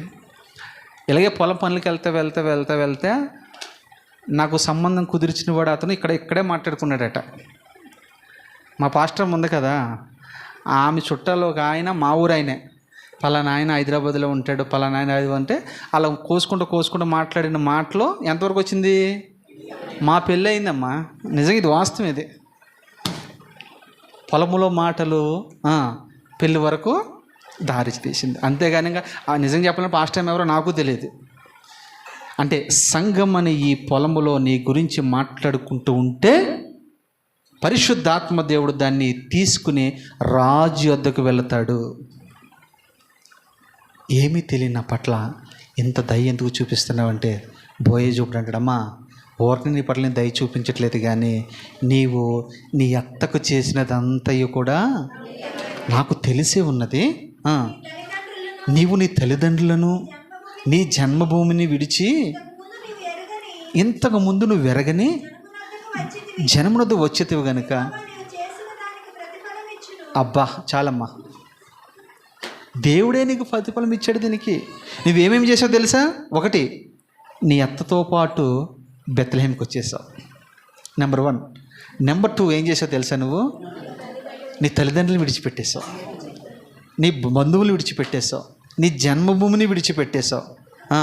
తర్వాత నువ్వు ఎప్పుడు ఎరగని ఈ జనము, ఈ భాష తెలియని ప్రజల దగ్గరికి నువ్వు వచ్చేసావు. అయినప్పటికీ కూడా నీ తగ్గింపు, నీ వినయము ఇవన్నీ నాకు తెలిసే ఉన్నాయమ్మా. అందుని బట్టి ఒకప్పుడు మంచిగా బ్రతికిన దానివి, నీ స్థాయికి తగినట్టుగా నువ్వు రాగల దినాలు ఉంటావని నువ్వు నేను మాటిస్తున్నానని నీ పట్ల నేను కనికరం చూపుతూ ఉన్నానని చెప్తాడు. దేవుడు నీ పట్ల కూడా కనికరం చూపించాలంటే ఊరిని చూపించాడు తెలుసా? ఏం చేయాలి? నువ్వు ఏం చేయాలి తెలుసా? పొలములో పరగేరుకోవాలి. పరగంటే వాక్యాన్ని వేరుకోవాలి, పనికి మాలిని ఏరుకోకూడదు. కేవలం పరగ మాత్రమే వేరుకునేవాడిగా మనం ఉండాలి. రెండోది, అక్కడ ఏం చేసింది తెలుసా? ఆమె సమస్తమును విడిచిపెట్టి బెత్లెహేముకి వచ్చింది. మనం కూడా సమస్తమును విడిచిపెట్టి బెత్లెహేముకి వస్తే అప్పుడు ఈ రాజు నీ పట్ల దయ చూపిస్తాడు.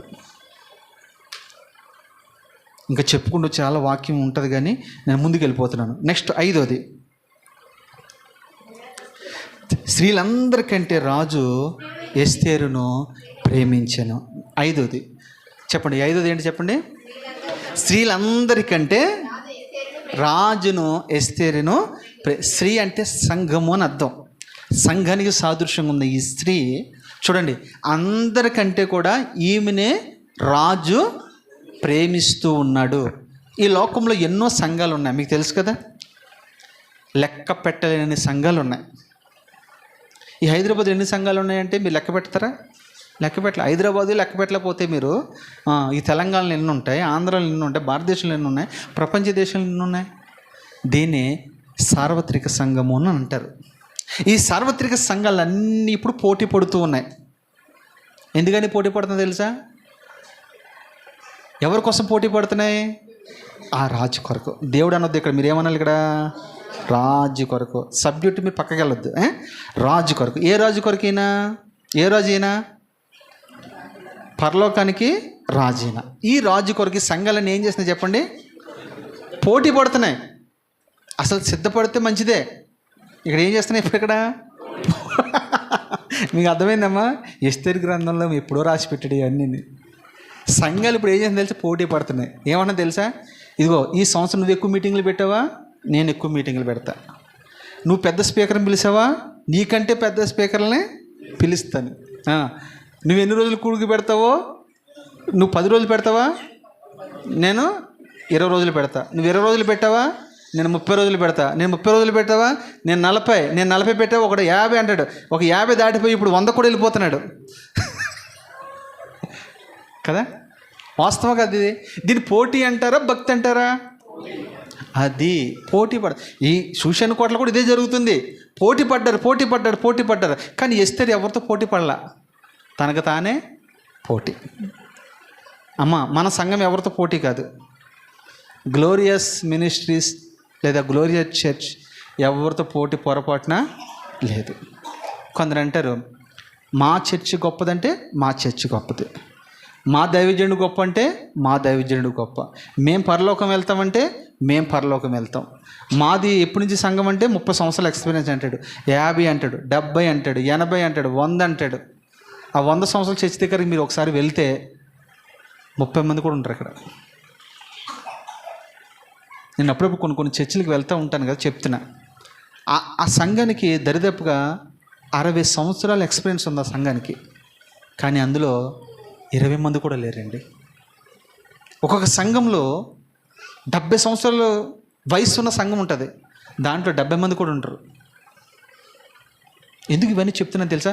పోటీ పడి ఇలాగే ఒక రోజున ప్రభు దగ్గరకు వచ్చి అంటారు శిష్యులందరూ, అయ్యా మాలో ఎవరు గొప్ప చెప్తారు ఒకసారి, నేను రోజు నేను వెంబడిస్తున్నాను కానీ ఒక్కసారి నువ్వు మమ్మల్ని పొగుడుతున్నావేంటయ్యా, మాలో ఎవరు గొప్ప చెప్పండి, మాలో ఎవరు గొప్ప, నేను గొప్ప. దీని గురించి ఒకసారి వాక్యం చెప్పాను నేను.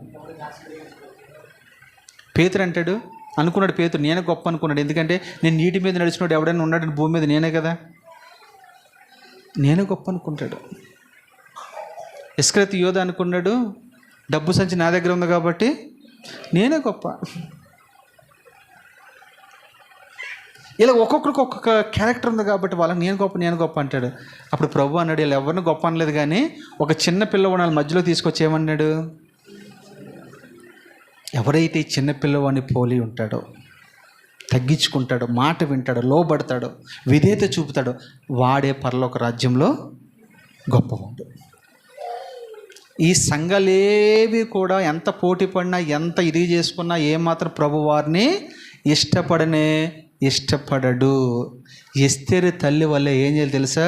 1, తల్లిదండ్రులకి లోబడాలి. 2, దైవజనుడికి లోబడాలి. 3, పరిశుద్ధాత్మ దేవునికి అప్పగించుకోవాలి. 4, పరలోకపు అలంకరణతో అలంకరించుకోవాలి. 5, రాజు పిలిచినప్పుడే మనము వెళ్ళాలి. ఈ అనుభవాలు ఉంటేనే రాజు మనల్ని ఇష్టపడతాడు. చూడండి, ఎస్తేరుని రాజు ప్రేమిస్తూ ఉన్నాడు. యేసుక్రీస్తు ప్రభు యోహాను పత్రికలో ఉందన్నమాట, లోకముని ఎంతో ఆయన ప్రేమించుచున్నాడు.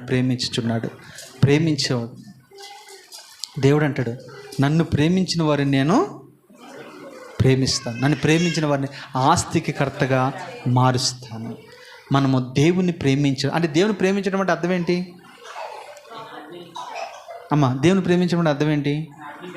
ఎస్, అంతే. ఆయన ఆజ్ఞలు ఏవైతే ఉన్నాయో దాన్ని అర్థం చేసుకోవడమే, వాటిని అనుసరించడమే, వాటిని గైకొనటమే, వాటిని పాటించడమే ప్రేమించడం. ఆదివారం గురించి ఒక మాట అన్నాడు, మీరు 6 దినాలు కష్టపడండి, 7వ దినము ఇది ఆజ్ఞ.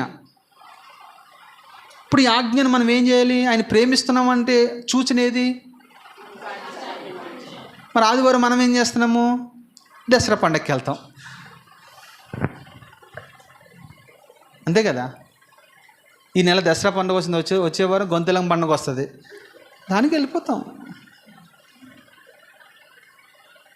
ఇంకొక నెల తలుపులం పండుగ వస్తుంది, అక్కడికి వెళ్ళిపోతాం.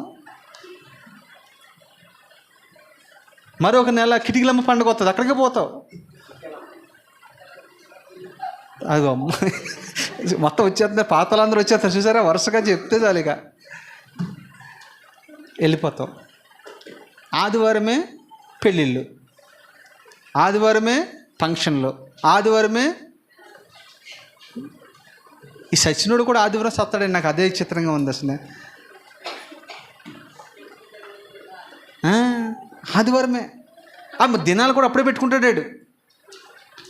అంటే పూర్తిగా సాతాను ఎక్కడ దెబ్బ కొడుతున్నాడంటే ఆయన ఆజ్ఞను పాటించకుండా చేయడానికి ఆదివారం అన్నీ నీకేం అర్థం అవ్వాలి? ఇది సాతాను క్రియ కదా, మనం ఆదివారం ఏ విధం చేతనైనా వెళ్ళిపోవాలి అని మనం ఆదివారం వెళ్ళిపోవాలి. ఎన్ని ఆటంకాలు ఉన్నా అప్పుడే ఊరి నుంచి కొంతమంది ప్రయాణమే వస్తారు. నిజంగా చెప్తున్నాను, శనివారం ఎక్కుతారు, పాపం ఆదివారం రావాలని ప్రయాణం వస్తారు, మంచి ఆలోచనతో వస్తారు. కానీ ఆ బస్సులో ఆ కుదుపులకి నలిగిపోయో అది ఇబ్బంది కూడా మొత్తం మీద శరీరం సహకరించగా కసేపు పడుకుందని ఇలాగ అనుకుంటారు. ఇంకా అలాగ 2 అయిపోద్ది, 3 అయిపోద్ది. ఒక్కొక్కడికి ఆదివారం తెలియకుండా పడుకుని పూర్ణాలు కూడా ఉన్నారు మన వాళ్ళు కొంతమంది.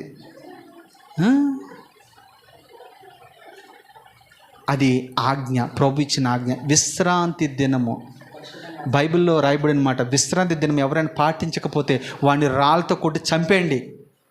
ఉందా లేదా? ఈ మాట ఉందా లేదా? ఉంది. అసలు పాత నిబంధనే కరెక్ట్ అనిపిస్తుంది నాకు కొత్త నిబంధన కంటే. ఒకవేళ మన చర్చిలోనే ఆదివారం రాని వాళ్ళని రాళ్ళతో కొట్టి చంపేయండి అని ఒక శాసనం బయలుదేరితే వారం, ఇది కరెక్టు. వారాన్ని వారం ఒకడు చచ్చిపోతాడు, చర్చ్ అంతా ఖాళీ అయిపోతుంది. ఇది కరెక్టు. చూసారు అందరూ అంత తెలుగుగా చెప్పారు. ఒకసారి అందరు స్తోత్రాలు చెప్పండి. ఇది ఒకటి. ఎస్తేరును రాజు ప్రేమిస్తూ ఉన్నాడు. అమ్మా, నిన్ను నా దేవుడు ప్రేమిస్తున్నాడా? తల్లి, నిన్న దేవుడు ప్రేమిస్తున్నాడా? ఎవరిని ప్రేమిస్తారో తెలుసా? చర్చికి వచ్చి అందరికంటే ముందురా ప్రార్థన చేయి, చర్చ్ అందరి కొరకు ప్రార్థన చేయి, రాలేని వారి కొరకు ప్రార్థన చేయి, సంఘం నిండిపోయేట ప్రార్థన చేయి, పరిచర్య చేయి, నీకు కలిగినదంటే సమకూర్చు, దేవుని సన్నిధికి ఇస్తూ ఉండు. పరిచర్య ఒక పక్కన ఇవ్వడం, ఒక పక్కన పరిచర్య చేయటం, ఒక పక్కన సువార్త ప్రకటిస్తాం, ఒక పక్కన ప్రార్థన చేయటం. ఇవన్నీ ఎవరైతే చేస్తారో వారిని దేవుడు ఖచ్చితంగా ప్రేమిస్తాడు. ఆస్తి కత్తకు అప్పుడు కాదు, ప్రేమిస్తాడు. ప్రేమించిన వాడికి ఏం చేస్తాడు చెప్పండి? ఏం చేస్తాడు? సమస్తము కూడా ఇస్తాడు. నేను ఎక్కడుంటానో నువ్వు కూడా అక్కడే ఉంటావు. దేవుని ప్రేమించే వ్యక్తులుగా మనం ఉండ. సేవకులు ప్రేమించడానికి ఉపయోగం ఏమి అమ్మా? ఉపయోగం ఏమీ లేదు. మేము మనుషులమే. ఏమో మేము వచ్చినప్పుడు మీరు అలా ఉంటారేమో ఎవరు తెలుసు, అంతే కదమ్మా. మేము ఇంటికి వస్తామని చెప్తాం, అప్పుడు మీరు ఏం చేస్తారు? అప్పుడే మరియమ్మలాగా అలాగుంటారంటే ఈమె చూస్తే మరియమ్మ అనుకోవాలా ఏదో మనకు తెలీదు. మేము వెళ్ళిపోయిన తర్వాత మీరు మార్తలాగా మారిపోతారు మళ్ళా కదా. మేము లేనప్పుడేమో మార్త, మేము ఉన్నప్పుడేమో మరియా, చర్చికి వచ్చినప్పుడు మరియా, చర్చి బయట మార్త. రైట్. ఎన్ని అనుభవాలు నేర్చుకున్నాం మనం? తర్వాత 6వది, కన్యకులందరికంటే ఆమె అతని వలన దయాదాక్షిణ్యములు పొందెను. అందరి వల్ల. ఇదే రూతు గ్రంథంలో ఉన్న మాట, ఇందాక మనం చదువుకున్నాం. అక్కడ మాట మీరు విన్నారు కదా, బోయాజు ఆమె పట్ల దయ కనికరము చూపిస్తూ వచ్చాడు. ఆ రాజు నీ పట్ల నా పట్ల దయ కనికరము చూపించేవాడుగా ఉండాలంటే పొలం అని ఈ సంఘంలో నీ వంతు నువ్వు పని చేసేవాడిగా ఉండాలి. పెత్తనాలు చేసేవాడిగా కాదు, పని చేసేవాడిగా ఉండాలి. పని చేసేవాడి మీద దృష్టి రాజు దృష్టి ఉంటుంది. పెత్తనాలు చేసేవారి మీద దృష్టి మనుషులది ఉంటుంది. మీకు అర్థమైందమ్మా? పెత్తనాలు చేసేవారి మీద దృష్టి ఎవరిది ఉంటుంది? మనుషులది ఉంటుంది. పని చేసేవారి మీద దృష్టి ఎవరిది ఉంటుంది? దేవునిది, రాజుది ఉంటుంది. చివరి మాట చెప్పి ముగిస్తారు. చివరిది, అతడు రాజ్య కిరీటమును ఆమె తల మీద పెట్టి ఆమె వస్తికి బదులుగా రాణిగా చేసెను. ఈ మాట ఒకసారి చదువుకుందామా? చివరి మాట 2 తిమోతిలకు రాసిన పత్రిక 4:6.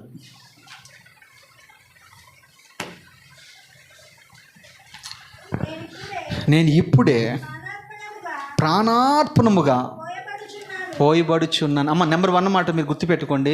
ఊరినే కిరీటము పౌలు గారికి రాలా. ఆ మాట మీరు చదువుకుంటే మీకు అర్థమైంది కదా. ఇప్పుడే నేను ప్రాణార్పంగా పోయబడ్డాను అని అంటే అర్థం ఏంటి అమ్మా? బ్రదర్స్ ఎవరైనా చెప్పాలి. ప్రాణార్పంగా పోయబడుతుంటే అర్థం ఏంటి? మీకు అర్థం కావడం చెప్తాను. ఇప్పుడు కుండలో నీళ్ళు ఉన్నాయి అనుకోండి, ఆ నీళ్ళన్నీ మన కిందకు ఇలా వంపేసామనుకోండి, అదేమంటారు తెలిసేదాన్ని? ఎస్. అలాగే తనలో ఉన్న సమస్తము కూడా పౌలు ఏం చేస్తున్నాడంటే ప్రాణార్పంగా పోయబడుతున్నాడు. ఎక్కడ? క్రీస్తు అనే బండ మీద నూనె పోయబడినట్టుగా, అభిషేకం పోయబడినట్లుగా ఆయన ప్రాణార్పంగా పోయబడుతూ ఉన్నాడు. అంటే నాకు ఈ లోకంలో ఏ ఆశ లేదు, నేను ప్రాణార్పంగా పోయబడుతూ ఉన్నాను. తర్వాత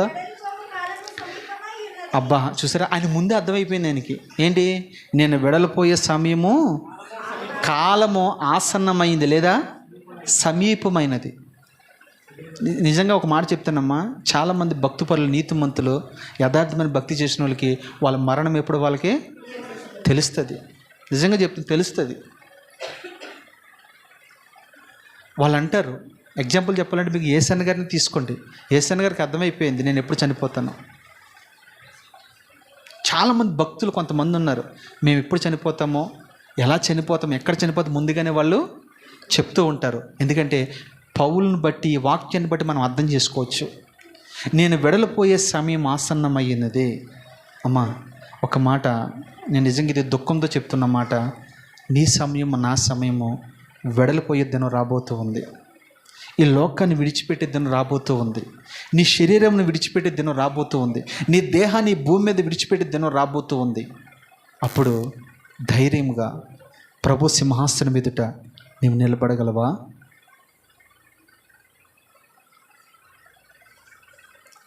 గాలిపటం ఇలాగ అనుకుంటుందంట, అందరి ముందు అది అందంగా ఆడుతూ ఉంటుందంట, అందరి కనుల ముందు అది అందంగా ఆడుతూ ఉంటుందంట. అది ఎప్పుడు అనుకోదంట నేను ఒకరి చేతిలో ఉన్నానని ఎప్పుడు అనుకోదట. నేను ఒక దారానికి అంటుకట్టబడి ఉన్నానని ఎప్పుడు అది అనుకోదట.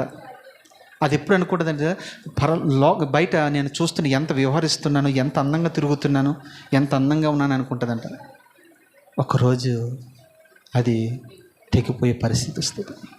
అది తెగిపోయిన తర్వాత ఏ చెట్టుకో ఏ కరెంట్ తీగలకో చెప్పండి ఎక్కడ పడుతుందో దానికి తెలియదు. మన జీవితం కూడా ఒక గాలిపటం లాంటిది. ఎగురుతూ ఎగురుతూ నువ్వు ఉన్నావేమో, ఒక దినాన్న తెంపవేయబడతావు. పౌలు అంటాడు, నేను ప్రాణార్పంగా పోయబడుతున్నాను, నా దినములు సమీపం అవుతూ ఉన్నాయి. మీకు తెలుసా, నీ రోజులు దగ్గర పడుతున్నాయంటే నీ దినాలు దగ్గర పడుతున్నాయి. రోజులు అయిపోతున్నాయంటే అంటే మనకు డేట్ ఎంతవరకు, టార్గెట్ ఎంతవరకు, పొలిమేర ఎంతవరకు? 70 సంవత్సరములు. అధిక బలము నెడల 80, తర్వాత ఆయాసము దుఃఖమే. అంటే ఈ 70 సంవత్సరాల వయసులో దరిదాపు ఇక్కడ చాలామంది 30 ఉన్న వాళ్ళు ఉన్నారు, 35, 40 ఉన్నవాళ్ళు ఉన్నారా లేదా? 40. ఇంకా మీకు ఎన్ని సంవత్సరాలు ఉన్నాయి? 30. మీకు తెలుసా, ఇంకా కాస్త లోతుకెళ్తే మనిషి జీవితము గడ్డి పువ్వు లాంటిది, నీటి మీద బుడగ లాంటిది, ఆవిరి లాంటిది. ఇంతలో కనబడుతుంది, అంతలో మాయమైపోతుంది. ఇది చివరి పరిస్థితి. అందుకనే దావీదు అంటాడు, నా దినములు లెక్కించుటకు నాకు నేర్పింపుము, తెలుపుము నా అంతం ఎట్లుండును, నా దినముల పరిమాణం ఎంతో నాకు తెలుపమంటాడు. అమ్మా, నీ దినములు ఎంతో తెలుపమని ప్రభువుని అడగాలి. ప్రాణార్పంగా పోయబడుతున్నాను, వెడలిపోతూ ఉన్నాను. ఆ తర్వాత అబ్బా అంటారు చూసారా, అక్కడితో ఆగలేదు ఆయన, భయపడతలేదు ఆయన. ప్రాణార్పంగా పోయబడ్డాను అన్నాడు, వెడలిపోతున్నాను అన్నాడు, ఇక్కడితో ఆగలేదు. ఏమన్నాడు తెలుసా, మంచి పోరాటము పోరాడి తిని నా పరుగును కడముట్టించి తిని విశ్వాసమును కాపాడుకుంటుని, ఇక మీదట నా కొరకు నీతి కిరీటము ఉంచబడి ఉన్నది. ఆ దినమందు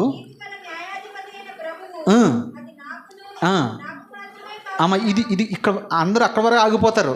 కానీ ఇది అంతా ఎందుకు చదివించానంటే మీకు, మనకు కూడా ఈ అవకాశము ఉంది అనడానికి మాటలు చదివిస్తున్నాను మీకు. చదువు. ఆ దినమందు నాది నాకు మాత్రమే కాక తన ప్రత్యక్షను అపేక్షించే వారందరికీ అనుగ్రహించును. దేవునికి మహిమ కలుగును గాక. చాలామంది ఇక్కడ వరకు చెప్పి మానేస్తారు. ఇది కూడా ఎందుకు చదివించారంటే, అది ఆయన మాత్రమే కాదట, మనందరికీ కూడా. అందరికంటే ఎవరికి తెలుసా, మంచి పోరాటము పోరాడిన వారికే. మంచి పోరాటం ఏది ఇక్కడ? అత్తతో పోరాటమా, తోడుకోలతో పోరాటమా? చెప్పండి. రేషన్ కార్డులో పేర్లు ఏదైనా పోరాటమా? చెప్పండి అమ్మా. గవర్నమెంట్లో మనకి డబ్బులు ఇవ్వట్లేదని పోరాడమా? మంచి పోరాటం అంటే పరసంబంధమైన వాటి కొరకు పోరాడిదే మంచి పోరాటము. మంచి పోరాటం అంటే ఈ లోకంలో చెడ్డ పోరాటాలు కూడా ఉన్నాయి తెలుసా మీకు? సంఘంలోనే ఒక ఆయన ఈ మధ్యన టీవీలో మీరు ఎంతమంది చూసారో నాకు తెలియదు, కానీ ఒక ఆయన అంటున్నాడు, అది ఎవరో దొర కట్టించాడు. అది ఆ రోజుల్లో సిఎస్ఐ, బాప్టిస్ట్ చర్చ్లు ఇవన్నీ కూడా వాళ్ళు కట్టించినాయే. అది చాలా పురాతనమైన చర్చ్. అది ఈయన అంటాడు మీడియా ముందుకు వచ్చి, ఈ చర్చి నాది, ఈ చర్చి నాది అని అన్నాడు. చర్చి మనుషులది కాదండి, చర్చి ఎవరిది? దేవునిది. ఎందుకు ఈ విషయం చెప్తున్నానంటే, మేము కూడా ఒక ఆశ ఉంది, ఏదో ఒక చర్చి కట్టి సేవ చేసి వెళ్ళిపోయిన తర్వాత ఎవరో ఒకరు దీన్ని కొనసాగించాలంటే. ఇది మాకు ఎవరు శాశ్వతం కాదు. ప్రాణార్పంగా పోయబడుతూ ఉన్నాను, మంచి పోరాటం పోరాడాను, విశ్వాసమును కాపాడుకున్నాను. అది విశ్వాసమును కాపాడుకోవాలి మనం. అంటే విశ్వాసం ఎందుకు కాపాడుకున్నానని అక్కడ క్రోడీకరించాడు తెలుసా? వాస్తవం చెప్పాలంటే పౌలు ఒక స్థలంలో అంటాడు కదా, నేను దిగంబరిగా ఉన్నాను, వస్త్రహీనతో ఉన్నాను, ఆకలి దప్పులతో ఉన్నాను, చాలా పిడిగుద్దులు గుద్దారు నన్ను, నేను ఎక్కువగా చాలా ఇబ్బందులు పడుతూ వచ్చాను, ఒక్కోసారి వాడు బద్దలైపోతే పరిస్థితి కూడా నాకు వచ్చింది, కానీ క్రీస్తు ప్రేమ నుండి ఇవేవి కూడా నన్ను ఎడబాపలేదు. అంటే వాస్తవం చెప్పాలంటే ఒక వ్యక్తికి విశ్వాసము దెబ్బతినే పరిస్థితి అది. కానీ అక్కడ ఎలా ఉన్నాడు ఆయన? గట్టిగా ఉన్నాడు. అందుకనే అతను క్రీస్తు అనే బండ మీద తన పునాది వేసుకున్నాడు కనుకనే బలంగా ఉన్నాడు. మనం చూడండి, ఎవరైనా మన ఇంట్లో చనిపోయారనుకో ఆ చర్చే గుర్తుండదు మనకి. ప్రభు ఒక మాట అన్నాడు. అమ్మ, ఇది నేను ఏదో ఎవరినో ఉద్దేశించి మాట్లాడట్లేదు, బైబిల్లో రాయబడిన మాట మీకు చూపిస్తున్నా. బైబిల్లో ఒక మాట ఉంటుంది. ప్రభు అంటాడు, తన గొర్రె పిల్ల పెండ్లి విందుకు అనేక మంది పిలుస్తూ ఉంటాడు. అది లాస్ట్ మాట, అదే నేను చెప్పబోతున్నాను. ఆ పెండ్లి విందుకు చూస్తే అక్కడ ఏముంటుందంటే, మత్తయి సువార్తలో మాటలు ఉంటాయి. అక్కడ కొంతమందిని పిలుస్తూ ఉంటే రకరకాల సాకులు చెప్తారు. అయ్యా ఇప్పుడే నేను ఎడ్లు కొన్నాను ఒకడు అంటాడు. అయ్యా ఇప్పుడే మేము పెళ్లి చేసుకున్నాను ఒకడు అంటాడు. ఇప్పుడే ఇదిగో ఎవరో చనిపోయారో మోసుకెళ్తున్నామని అంటాడు. ఈ మోసుకెళ్ళి వారి దగ్గర ఒక మాట అంటాడు ప్రభు, మృతులను పాతి పెట్టుకుంటారు, మీరైతే నన్ను వెంబడించు. అమ్మ, ఈ మాట బైబిల్లో ఉందా లేదా? నేను చెప్పిన మాట బైబిల్ చెప్తున్న మాట. కొంతమంది నాయంగా మీరు చూస్తున్నారు. కాదమ్మ, ఇది బైబిల్లో ఉన్న మాట. ఇది ఒకసారి మీకు ఒకసారి చెప్పాను కూడా, ఒక సాక్ష్యము, అది చెప్పి ముగిస్తా, సమయం అయిపోయింది. ఒక తల్లి విజయవాడలో ఓసన చర్చికి వెళ్తుందమ్మి. కుమారుడు చనిపోయాడు ఉదయకాలం ముందు. అట్లా దుప్పడు ముసుకేసి భర్త కూడా చెప్పకుండా చర్చికి వెళ్ళిపోయింది. చర్చికి వెళ్ళిపోయి చర్చిలో ఆరాధిస్తూ ఉంది. పరవశుడై ఆరాధిస్తూ ఉంది. ఆత్మలో లీనమై ఆరాధిస్తూ ఉంది. దేవుణ్ణి గట్టిగా స్తుతిస్తుంది, ఆరాధిస్తుంది, ఏడుస్తుంది, దేవుని ఘనపరుస్తూ ఉంది. అసలు తన కుమారుడు చచ్చిపోయాడనే విషయమే ఆమె గుర్తులేదు. ఆమెకి అంతగా తన్మయమైపోయి ఆరాధన చేస్తుంది. ఆరాధన అంతా అయిపోయింది. ఆనందించింది. దాని తర్వాత చర్చ్ అందరూ వెళ్ళిపోయిన తర్వాత అప్పుడు మళ్ళా జ్ఞాపకం వచ్చింది. ఒంటరిగా కూర్చుని ఏడుస్తూ ఉంది. సేవకుడు అన్నీ గమనిస్తూ ఉన్నాడు. అమ్మ, ఎందుకు ఏడుస్తున్నావు నువ్వు, ఏమైంది అని అంటే, అయ్యా ఈ ఉదయకాలం అందే ప్రభు నందు నా కుమారుడు నిద్రించాడు అని చెప్పింది. ఆ దైవజనుడికి ఆశ్చర్యం కలిగిందంట. అమ్మా, నీ కుమారుడు చనిపోతే నువ్వు ఆరాధనకు వచ్చావా? ఇది ప్రభు దినం కదయ్యా. తర్వాత నా కుమారుని పాతి పెట్టొచ్చాను ఉద్దేశం మీద వచ్చేసాను. నీకున్న విశ్వాసాన్ని బట్టి మేమే సిగ్గుపడుతున్నాం అమ్మని దైవజనుడు సిగ్గుపడుతూ ఉన్నారండి. నీ కుమారుని ఒకసారి ఇక్కడ తీసుకురమని చెప్పారు. మందిరం తీసుకొచ్చారు. సేవకులు, సంఘ పెద్దలందరూ కూడా గుంపుగా కూడి ఆ వ్యక్తి కొరకు ప్రార్థన చేశారు. ప్రార్థన చేస్తూ ఉండగానే ఆ వ్యక్తి తిరిగి లేచి కూర్చుని దేవుని మహిమపరిచాడు. ఇది యథార్థ సంఘటన. ఇది ఎందుకు ఈ విషయం చెప్పాను తెలుసా? చనిపోతాడు, ఏం కాదు. అలాగని నీ హృదయాలు కఠినం చేసుకో. ఒకవేళ ఆదివారం అయితే ఈ విషయం చెప్తున్నాను మీకు, అలాంటి సమర్పణతో భక్తి చేయాలి. ఆ భక్తి నీకుందా? చివరి లాస్ట్ వన్, అతడు రాజకిరీటం పెట్టిన తర్వాత ఆమె కొరకు ఏం చేయాలి చెప్పండి? రాజు ఎస్తేరు విషయమై గొప్ప విందు చేయించెను. ఫైనల్ చదువమ్మ మాట ఒకసారి. అప్పుడు రాజు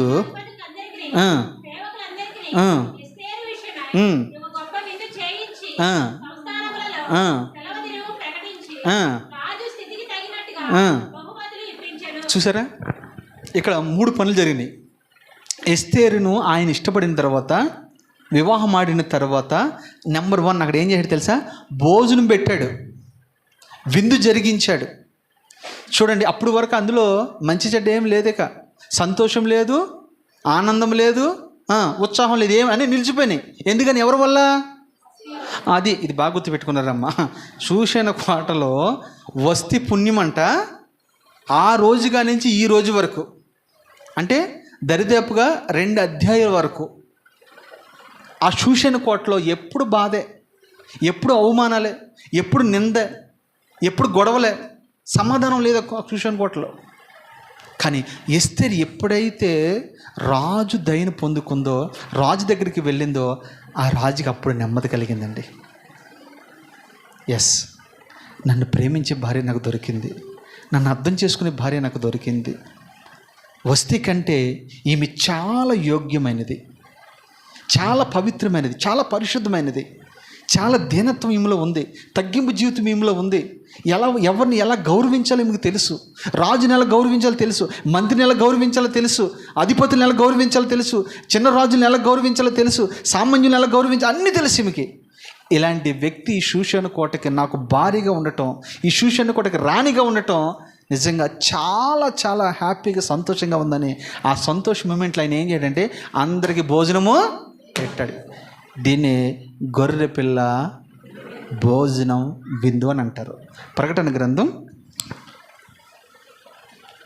19:7. ప్రకటన గ్రంథం. అప్పుడు గొప్ప జన సమూహము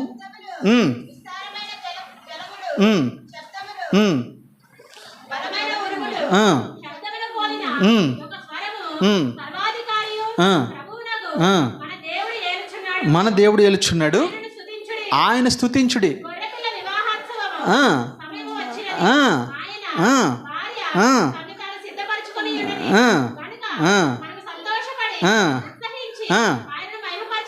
ఆమేన్. చూసారా, ఫైనల్ నేను ముగిస్తూ ఉన్నాను. ఈ గొర్రె పిల్ల మహోత్సవం రాజు సంఘమును చూసి సంతోషించబో దినం. అది పెండ్లి విందది. ఆ పెండ్లి విందులో అందరూ కూడా సామాన్యులేంటి, సామంతులేంటి, ధనికులేంటి, పేదవారేంటి, జ్ఞానవంతులేంటి, జ్ఞానం లేని వారేంటి, అందరూ కూడా ఆ విందులో పాల్గొంటారు. ఇదే మధ్యాకాశంలో జరగబోతూ ఉంది. పెండ్లి విందు జరగబోతూ ఉంది. ఆ పెండ్లి విందుకి మనం అందరము సంఘాన్ని వివాహం ఆడబోతూ ఉన్నాడు. అక్కడికి వెళ్ళిన తర్వాత అంట షూషను కోటలో ఆమెను చూసిన తర్వాత ఆ రాజు అన్న మాట ఏంటి చెప్పండి. అక్కడ ఒకసారి చదువమ్మ మాట ఏమన్నాడు రాజు? గొప్ప విందు చేయించాడు.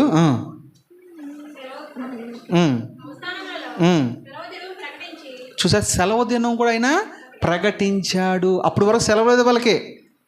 ఈమె వల్ల ఒకటి అందరికీ సంతోషం కలిగింది, ఈమె వల్ల అందరికీ విశ్రాంతి కలిగింది, ఈమె వల్ల అందరికీ బహుమతులు కూడా వచ్చినాయి. అబ్బా, ఇదమ్మా, నిన్ను బట్టి నన్ను బట్టి రాజు సంతోషించాలి, సేవకుడు సంతోషించాలి, బహుమతులు ఇచ్చుకోవాలి, సెలవు దినం ప్రకటించాలి. అలాంటి కృప ఈ సంఘానికి, ఈ వాక్యం ఉన్న ప్రతి వ్యక్తి కూడా దేవుడు అనుగ్రహించునుగాక. ఆమేన్, ఆమేన్, ఆమేన్. అందరు కళ్ళు మూసుకుందాం. చక్కటి వాక్యాలు మీరు విన్నారు కదమ్మా. ఇప్పుడు